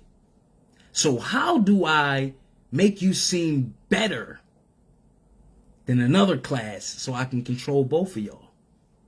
Right. I call one white and I call one black. And you create laws such as the Christian Black Codes of 1724. Anyone calling themselves the status black, these codes apply to you. I.e. Jim Crow, i.e. white water fountain, all kind of shit. You get me? All these discriminations, you niggas sit on the back of the bus. You niggas can't eat. All the shit they was marching for in the 60s to be treated civil when it ain't had nothing to do with civil, because they was treating niggas inhumane. They said, you're not a fucking human. You don't deserve rights. Not, oh, you're free. You used to be a slave. Now you should get some rights now. How can they give you something they didn't take? How can they give you something they didn't create? Your rights are unalienable. They were given to you by your creator. Can't be bought, can't be sold, can't be transferred. But they can be waived voluntarily. So in that Bacon Rebellion, after Bacon's Rebellion, they found a way to neutralize us, to find a way to always implement the divide and conquer complex. And this shit is still playing out till this day. To all this Black Lives Matter, we wouldn't have to do none of that shit if, again, that white status, to all of our people that were affected by this slavery narrative, that white arrogance, that white, I'm not a racist, all that shit is like Hitler's mustache to us. And we ain't getting over it. Just like how the Jews feel about Hitler's mustache, that's how we feel about every motherfucking cracker to say, why you niggas need reparations? Happened a long time ago. Wasn't me. I didn't personally own you niggas. Like, fuck all that. All of you motherfuckers benefit from the reality that slavery existed in. Does that make sense? Because the Jim Crow mentality, all this other shit, like case in point. They stole the biggest fucking election in history right up under our noses. Had nothing to do with Trump. I don't care if you don't care about him. Whatever. This ain't that. That was a drill that they showed you with that mail-in ballot shit. Case in point. Now you have the executive order HR 1. HR 1 is one, and it's another bill that they passed about voting laws. Here's how they swindle us again. You had a bunch of niggas up in arms, right? The black celebrities, all the assholes. But here's the narrative. HR 1 is a bill that they passed to further implement the mail-in ballot shit. To make early ballot, where you could turn in your ballot maybe 6 or 7 months earlier than the election. Where you can fill out thousands, if not millions, of blank ballots like they did in the 2020 election and vote in whoever. This ain't got nothing to do with even who the president is right now. It's about a system. They created a new fucking model that whoever the people try to vote in, we're going to override it with our fake mail-in system. So the bill HR 1, here's how they push it onto the people. You got niggas arguing about the bill that ain't never read it. Here's how they get us emotional. They said, yo, this HR bill is gonna. No, they said it's combating Jim Crow. This is what they said. So they got people to be in favor of the bill. They said the bill is blocking Jim Crow and they saying the Republicans are against the bill because they want to put people back into Jim Crow slavery. But it's completely the opposite. The bill is saying you can vote without an ID. We ain't never been franchised. Nope. Here's how they disenfranchise us. They use our votes for whatever fucking candidate around election time. That's all they do. They don't come to the hood to actually see what the fuck we care about. They only show up when they need your vote. So that system's always been in place for them. But now you don't need a signature verification. This is the normal now that they created. This is what that bill that they tried to, one of them they already got passed.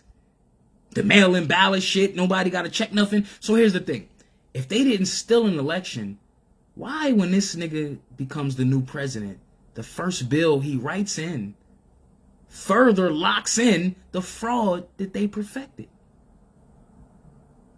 I'm looking at, family, I just turned 37. When Biden's presidency's over, I'll be 40. You see how fast this shit's speeding up to where now your baby's gonna be coming out of college, and if they don't give a fuck about the narrative of this shit, do you see how the 2020 just screwed niggas for the next decade, if not 50 years? Because if niggas ain't find nothing wrong with the 2020 shit, and you supporting this bill, you ain't gonna find nothing with all the other elections that they rigged. Keep in mind, not only all the news people, all the celebrities speaking up in favor of this bill to get us to dick ride yet one more again without even reading the bill. The car companies, Walmart, General Motors, all these niggas are now saying, why are they trying to disenfranchise black people? So you mean to tell me that Walmart and all these big companies ain't never cut a check behind slavery, but they standing up for our right to vote? You fall for that stupid shit if you want to. But again, and it was a salute to the Empress, because we probably still gonna do, but we were gonna have like a discussion on it, right? Because she said, it was somebody that I wanted to debate you on that, and I'm like, I can't debate a person that didn't even read the bill. Like, how are you gonna say this bill is in favor of Jim Crow or against Jim Crow, and you didn't even read the fucking bill? That's the problem. A lot of people was talking about the CARES shit and they didn't even read what was in it. I knew that fraud was happening at the hospital. My sister worked in the lab that gave the test. So I'm getting inside information. None of this shit was coming from me speculating. It was like, bro, man, this is crazy. I'm running shit past people that's behind the scenes and they confirming it. Like, damn, how'd you say it like that? And they think I'm going to work with them. But my spirit is in tune with what the fuck isn't right. So I'm just like, man, let me peel back. I'm just picking at the wallpaper like, man, something else is under here. And we keep thinking that this thing is going to go away and you're going to get back to your normal life, your normal story. Bro, we just lost DMX, my nigga. Like, I don't even feel the same. And I ain't just talking about him. I'm just saying, look at a lot of the celebrities that we rock with. That Bernie Macs, we're losing them year by year. Ain't nobody showing up at the cookout, dog. Like you're going to look around and there ain't going to be no real ones around us. That's dangerous.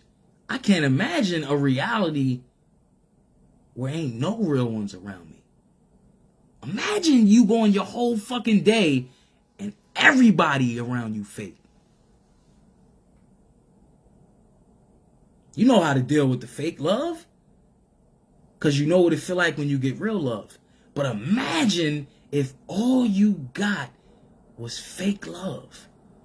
Imagine that. Everybody that was sharing my videos ain't really fuck with me.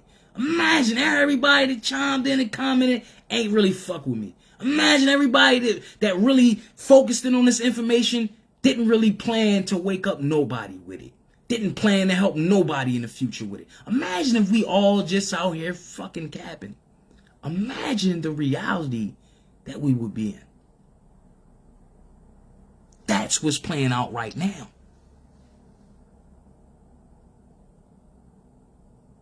What type of love you want from this world? What type of love you want from this experience?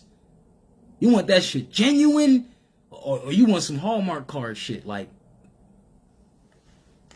a lot of people I don't rock with, cause I'm not that type. I'm just not that. You know why?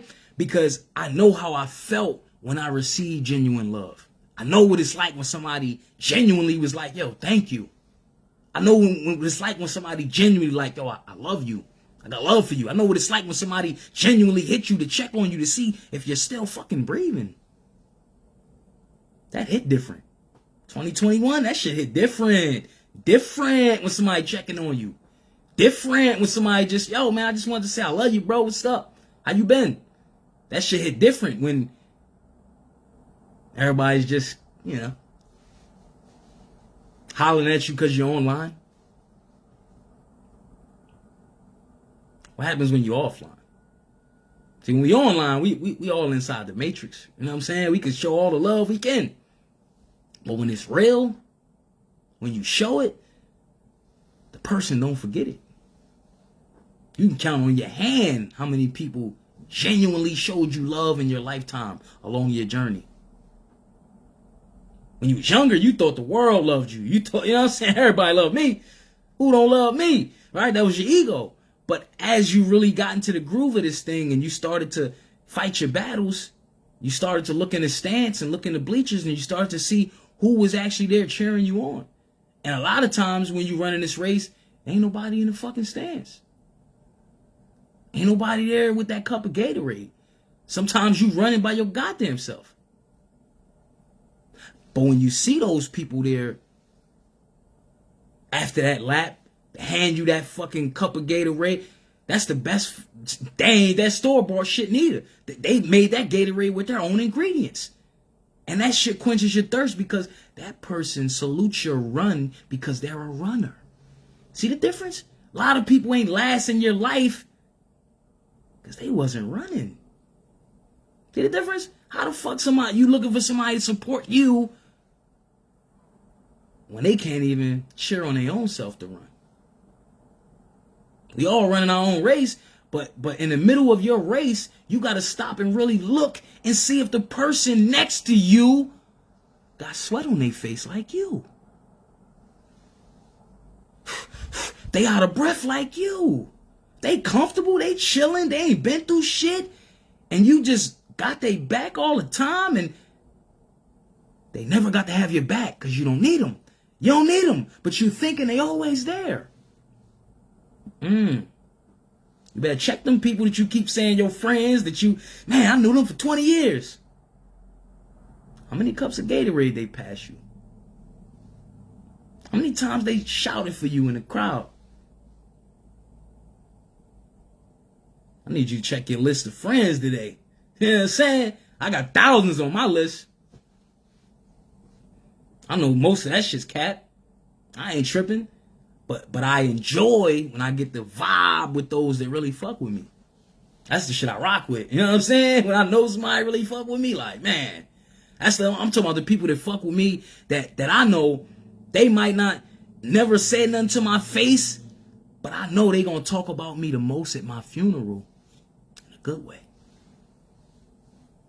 That's what I fuck with. Because it don't matter to how much money you got, none of that, what you acquired, how many cribs you got. Nope.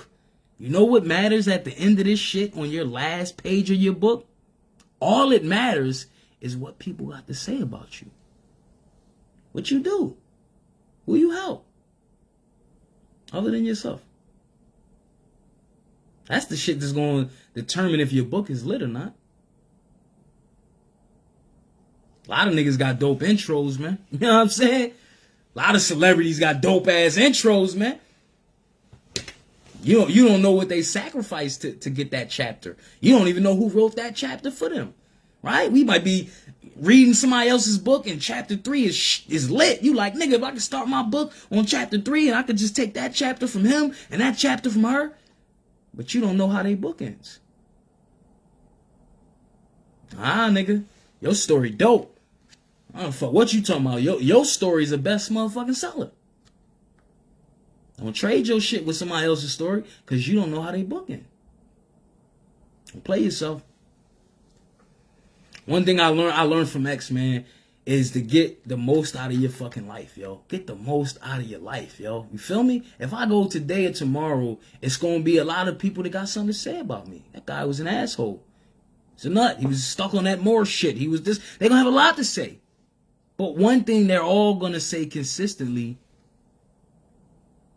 that brother was consistent. Whatever he stood on, he was consistent in it.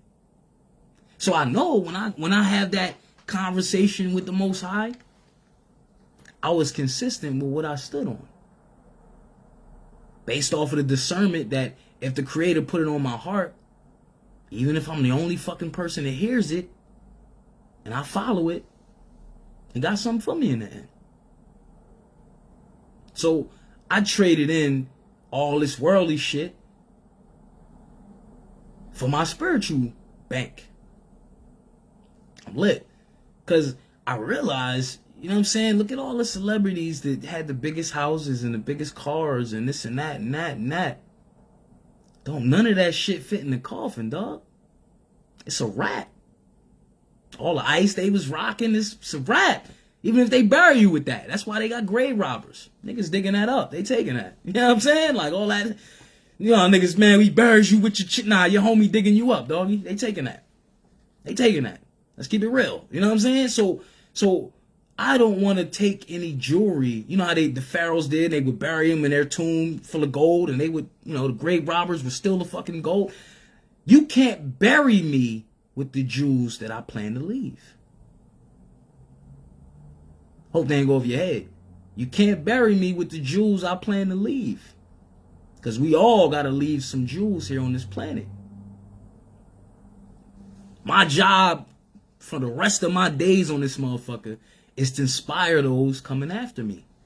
That's it. That's all. Like, what I just say to y'all? After this next president, we all gonna be most of us gonna be in the 40 club.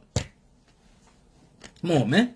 Hip hop just young as hell. Hip hop's 40-something years old. Now you looking at the future. No baby being born after this year wasn't influenced by hip hop. I'm talking about on the planet. That's a hell of an accomplishment. Like, how we ain't looking at that as a people? Like, we at the stage we don't need none of these fucking record labels. That shit is gone. The new model is straight to consumer. What we doing? We ain't got to play ourselves, man. That's why X was dangerous, right? Because he got in while the old model was still working but he never compromised. He never changed who he was. Nipsey came in with that spirit like, I'm going to come in like that. And they got rid of that brother because he had the same naivety that, you know, a lot of artists come in with good intentions. I'm going to come in and change the game. You're not changing a system that isn't broke. They set something up in a particular way to work in a particular way. And you either going to be a part of that shit or you cease to be a part of that shit. And, you know, we got to understand that we are the industry. And if we don't realize that, you know, we are artists and consumer. Get what I'm saying? Everybody is a fan of the culture. We also contribute to this shit in some way. It's time we take back our expression, because after the expression goes, so does the culture. They change what we talking about. We ain't got no voice. We got no voice.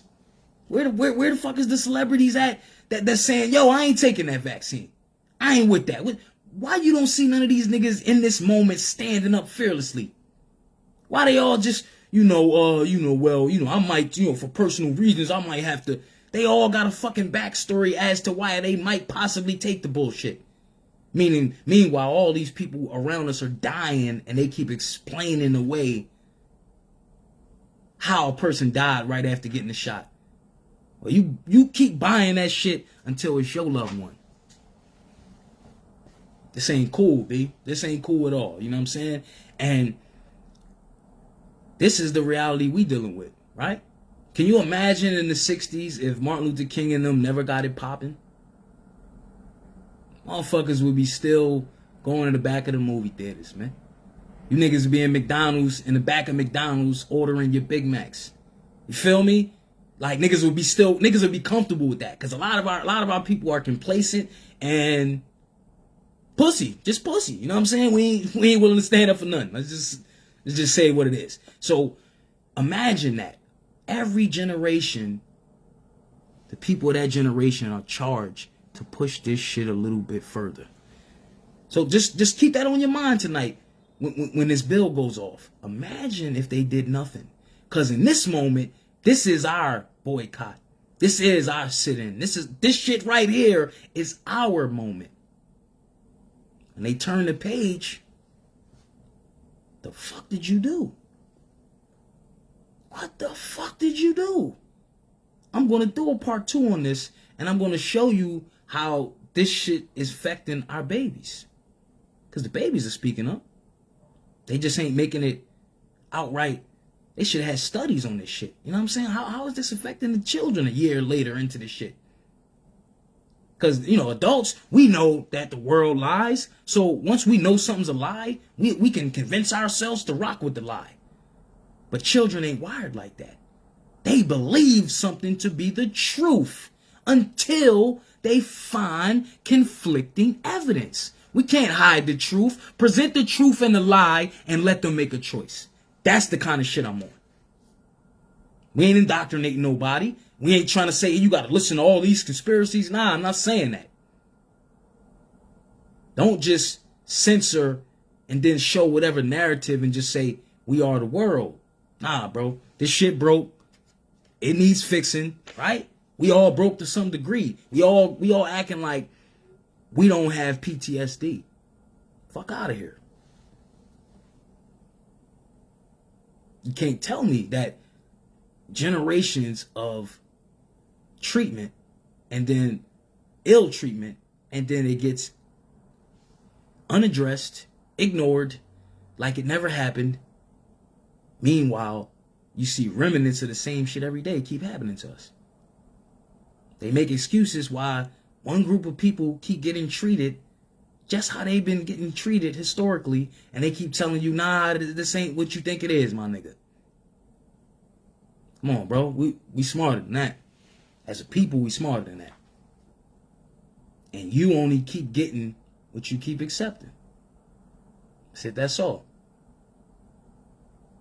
Now, when they was trying to get Trump out, all these other groups and all these other people, they were talking about all this kind of reparations talk for niggas. Homie been in there almost 3 months and niggas ain't even looked your way. Ain't even looked your way. Because everybody else's problems is being shouted at the protest. You seen the new Black Lives Matter protest they've been having the past few weeks? Every other group is leading the march, talking. Now their talking points is who you sleep with is just as important as a cop shooting you because you're black. How the fuck is 1 and 1 the same? But yet, everybody else benefits off our sweat, all our fight on the front line, and we just keep complaining why, when they gonna get to us? When they gonna get to us? Well, you keep saying you invisible, niggas gonna keep ignoring you. So it is, man. Like, I give these kind of builds, right? Because when we all start building like this, off this social shit, off this technology, we change the reality we in. But the more we keep pretending like we in this utopia, the more we keep pretending that everything's all right and shit, and we shall overcome. What the fuck did we overcome? Because niggas had more fights in the 60s than what we had today. Now, niggas was at the march in the 60s because they was moving in the direction of change. Niggas is at the march now because they want to say they was there. They just want to have the photo. Niggas want to be in the hashtag too. That's it. Look at all of the fucking activists that you talking about. They call her activists. The Black Lives Matter activists, the rapper activists. You just make a song and you just talk about the cops shooting you and then you're a fucking activist. But what did you actually change in your immediate community with your celebrity? Nothing. We got to hold these people accountable. Because when we hold ourselves more accountable, we're going to hold the rest of these motherfuckers accountable. That's it. I'm not just saying I'm going to sit on my ass and I'm going to just critique celebrities and they should be doing this with their money. Nah, because it's not about money. It's about your intention. It's never about the money. The Lord giveth, the Lord taketh. Huh? So it's a reason a lot of these people still have the financial incentives they have. Because, you know, one of my favorite lines from 50, he said, if God forgives, if so, what happens to a changed man who dies in a cell? Right? We all can, you know, we all are worthy of redemption, but what happens to a changed man that dies in a cell? We all reap what we sow. So, you know, you know what I'm saying? We all gotta, you know. But my thing is like, damn, yo, we gotta put some more good out into the world, man. Like, a lot of people only doing shit because motherfuckers is watching, bro. Like, that shit whack, bro. Like, that shit's whack. Let's keep it a buck. I'm done with the celebrities coming out. I'm donating this to the org, man. Y'all niggas ain't doing nothing, bro. Knock it off, bro. Because if you're not putting that money in the hands of the people that need it, come on, bro. Like, you feel me? I done hired publicists. I done got publicists hired. You know what I mean? So I know how, you know, nigga could put up the big fake check shit. Nah, come on, bro. We passed that. Where celebrities, you know, use the shit for publicity. I donated $2 million to this school. You know, you never see where the money go and all that. Come on, man. Nah. We need some real boots on the ground, grassroots, give a fuck about each other kind of activism. Straight like that. Like, we got to stop bringing up the name of Malcolm and Martin if we're not trying to further what they started. Like, fuck all that, man. Because you put your fists up, you scream Black Lives Matter. Now I got to hold you in the same esteem as a Malcolm or Khalid Abdul Muhammad. Nah, we ain't doing that. We ain't doing that. You're going to step all the way on truth. Not just because the truth's in the picture. Fuck out of here, man. A lot of people want to have a photo op with the truth, but they don't want to stand for the truth. And the camera's off. Nah, bro, ain't with that. Shit's all cap. But, family, as I said, I'm going to do a part 2 to this. I'm back. I'm going harder than I ever went because I always knew my life purpose. But, like, What happens if you gave 110% in what's in your heart? Right? You know how we like, oh man, I'm gonna go hard today. I'm gonna get my 50, I'm gonna go 80, I'm gonna go 100. Nah, what if you gave your all and an extra motherfucking pocket full? When it came to something that you wanted. Not somebody else fucking dream. Yo shit. Just search deep though. Anything that you wanted to do, it involves you in some way being of service to help somebody else. That's God's mind. That's God's heart. Right? Other than you want to be famous and you want to be a celebrity. Everybody want that shit. That's instant gratification. But I'm talking about those that, yo, you know what my dream is and this and that, and you get excited telling somebody about it, and that's your God force. That's what we all here to tap into. Anything else is fucking bullshit. All your degrees and all your fake accolades, all that shit is all bullshit. If you ain't never did something for somebody from the motherfucking heart and never expected anything in return. That's God's work. Imagine how many times God picked your ass up and you ain't paid a tab. You owe. We all owe. DMX, he paid his debt. Clean slate. Feel me? We ain't going to, oh man, that brother was this and that and that and that and that. Nah, that brother was a soldier for the Most High. How about you? How about you? That brother was of service. What they gonna say at your funeral though? Ah, everybody big shit, right? You know, they on that last day of somebody's book, they just, oh man, yeah, that nigga, I heard this and I heard he was doing, and I had heard he was all this you heard shit. But you ain't hear your own fuck ups. We gotta get off that kind of energy. And that was my point of the post. And even on the post, right? Because I knew, you know what I'm saying, that the brother was going to eventually make his transition because my father didn't make it off that machine. But my little sister was on that same machine a week after my father passed, and she made it off it. Out the coma. Had to learn how to walk and talk again and everything. And she made it off it. So I know the power of Allah. I know the power of the Most High.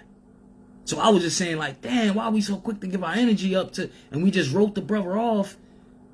But look how we do that with our own lives and family members' lives. We just write people off and throw them away. You might have fucked up with somebody or fell out or this and that, and we just write them off and throw them away like, whatever. See, when you connect and you know somebody's soul and you value their soul, you can't write them off. See the difference? We got to really get back to spiritual, soulful connections amongst each other, right? Genuinely, like when you see somebody, you happy to see them and you connect with their spirit and you know that it's going to be an exchange of energy that's going to uplift the both of you. You're not going to be drained, right? We got to be around stars, right? Fuck uplifting these celebrities and all. Nah, we need to be stars uplifting other stars, each other. Because we all fallen stars. You heard? We all fallen stars. And they even call Lucifer, right? The fallen star. You got to understand the analogy in all of this allegory. We all here to be crucified. We all here to be raised up as God. We all here to be torn down. We all here to be judged as a devil. We all here to bring heaven to somebody else's hell. We got to understand that it's levels to your lessons and blessings. Man, it's levels to your lessons and blessings. You thought this was over? See, everybody gets caught up in that making it. I made it. I made it. I thought that too. When I got in the music industry, I'm working for Bad Boy. I made it. And the creator said, welcome to level 13, my G. A new test has now begun. And a new test after that. And a new test after that. But if you can remember the creator all along your steps, it's some shit for you at the end of that road. And that's what keeps me going. All this other shit is temporary. I realize that. This is why all along your path, right? you'll get something, then the Creator will take it away. Then you get something better, then he take that away. And you get something better than that, and he take that away. Because he's letting you know not to be complacent and don't get too comfortable with things. You know what you hold on to? Memories. Memories, motives, meaningful people. You know when somebody did something good for you and they did it with good intention? You remember that shit forever. Like, man, that one time you gave me that ride that time when I thought the whole world was against me. At that moment, somebody came through and you, what they say, God works through people, right? So, when you start vibrating on God's frequency, you're going to see God more and more. That's when I figured it out. A lot of people start parting ways in my life because they wasn't vibrating on God's frequency. They still on their devil frequency. And I'm not judging them to be devils, because they can always raise themselves up back to God. But if you on your way to become God, the minute you realize you can't raise up the devils around you, you got to find some angels to pull up out of hell. Translation: the longer you stay around devils that don't want to become God, they're going to change you into a devil. Right? Peace, love, and light to the family. This is another one of those 4-hour builds. Salute to those that stayed on the joint. And this is all spirit, man. Like, this, I plan to stay on here for like 30 minutes and get off, man. But, like, salute to X and his family, man. Salute to all those who's a fan of his music. And understand why you was a fan. You wasn't just a fan of X. You was a fan of triumph. You was a fan of overcoming adversity, right? Because we all was waiting for that next comeback from the dog. Just like God's waiting for your next comeback. Somebody right now going through some shit listening to this bill with tears going down their face. The Creator is cheering for your fucking comeback. Get lit, yo. Get lit. Do more with your 24. Make the most of your time here. Because guess what? At some point, the Creator gonna change the light bulb. At some point, your light gotta turn out. Alright? Let's pour up on the way out. Salute to the family. You could have been anywhere, but you decided to give up your energy here, right? So let's pour up. Salute to all my clean glass Moors. We're gonna go all the way up to that top cabinet, all the way up to that top cabinet where you keep the clean dishes for clean company, right?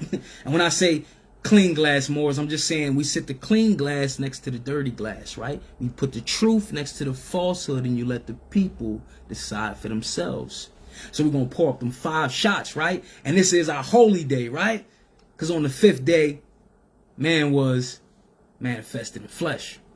Salute to the Prophet Noble Drew Ali. We're going to pour up them 5 shots. What are those 5 shots? Shot of love, truth, peace, freedom, justice. That all. Salute to you, wherever you are, wherever you at. You definitely got that spiritual juice now. You're super lit. And I'm charging you this day to shine your light some way, somebody's way, so they can find their light switch and keep their light lit. Peace, love, and light to the family. And when I say Islam, say it back. I'm not indoctrinating you. This ain't a religion. We talking lifestyle. When I say Islam, I truly mean I, self, law, am master. Master of your destiny. Right? You know yourself, you truly govern yourself, right? We all keep saying we woke. Even the zombies woke, my nigga. You got to be consciously taking action out here. Peace, love, and light to the family. Do me a favor. Hit the playback. Blast one of your favorite X songs. Connect. But the next person that inspires you, do something with the energy they shared with you. Otherwise, it's all a waste. Put them X up for X, man. Peace, love, and light to the family. Islam, get off here. I love y'all to life. And you can give donations in many forms. Your donation is tuning into the video, sharing the video, commenting on the video, thumbs, likes, emojis. You want to send your fiat? My Cash App, PayPal is on the profile. But it ain't about that. You already got the message. This is all free of charge. But you charge to uplift fallen humanity with this message that you heard today. Salute to the family. I love us. I love y'all to life. Peace, love, and light. Islam.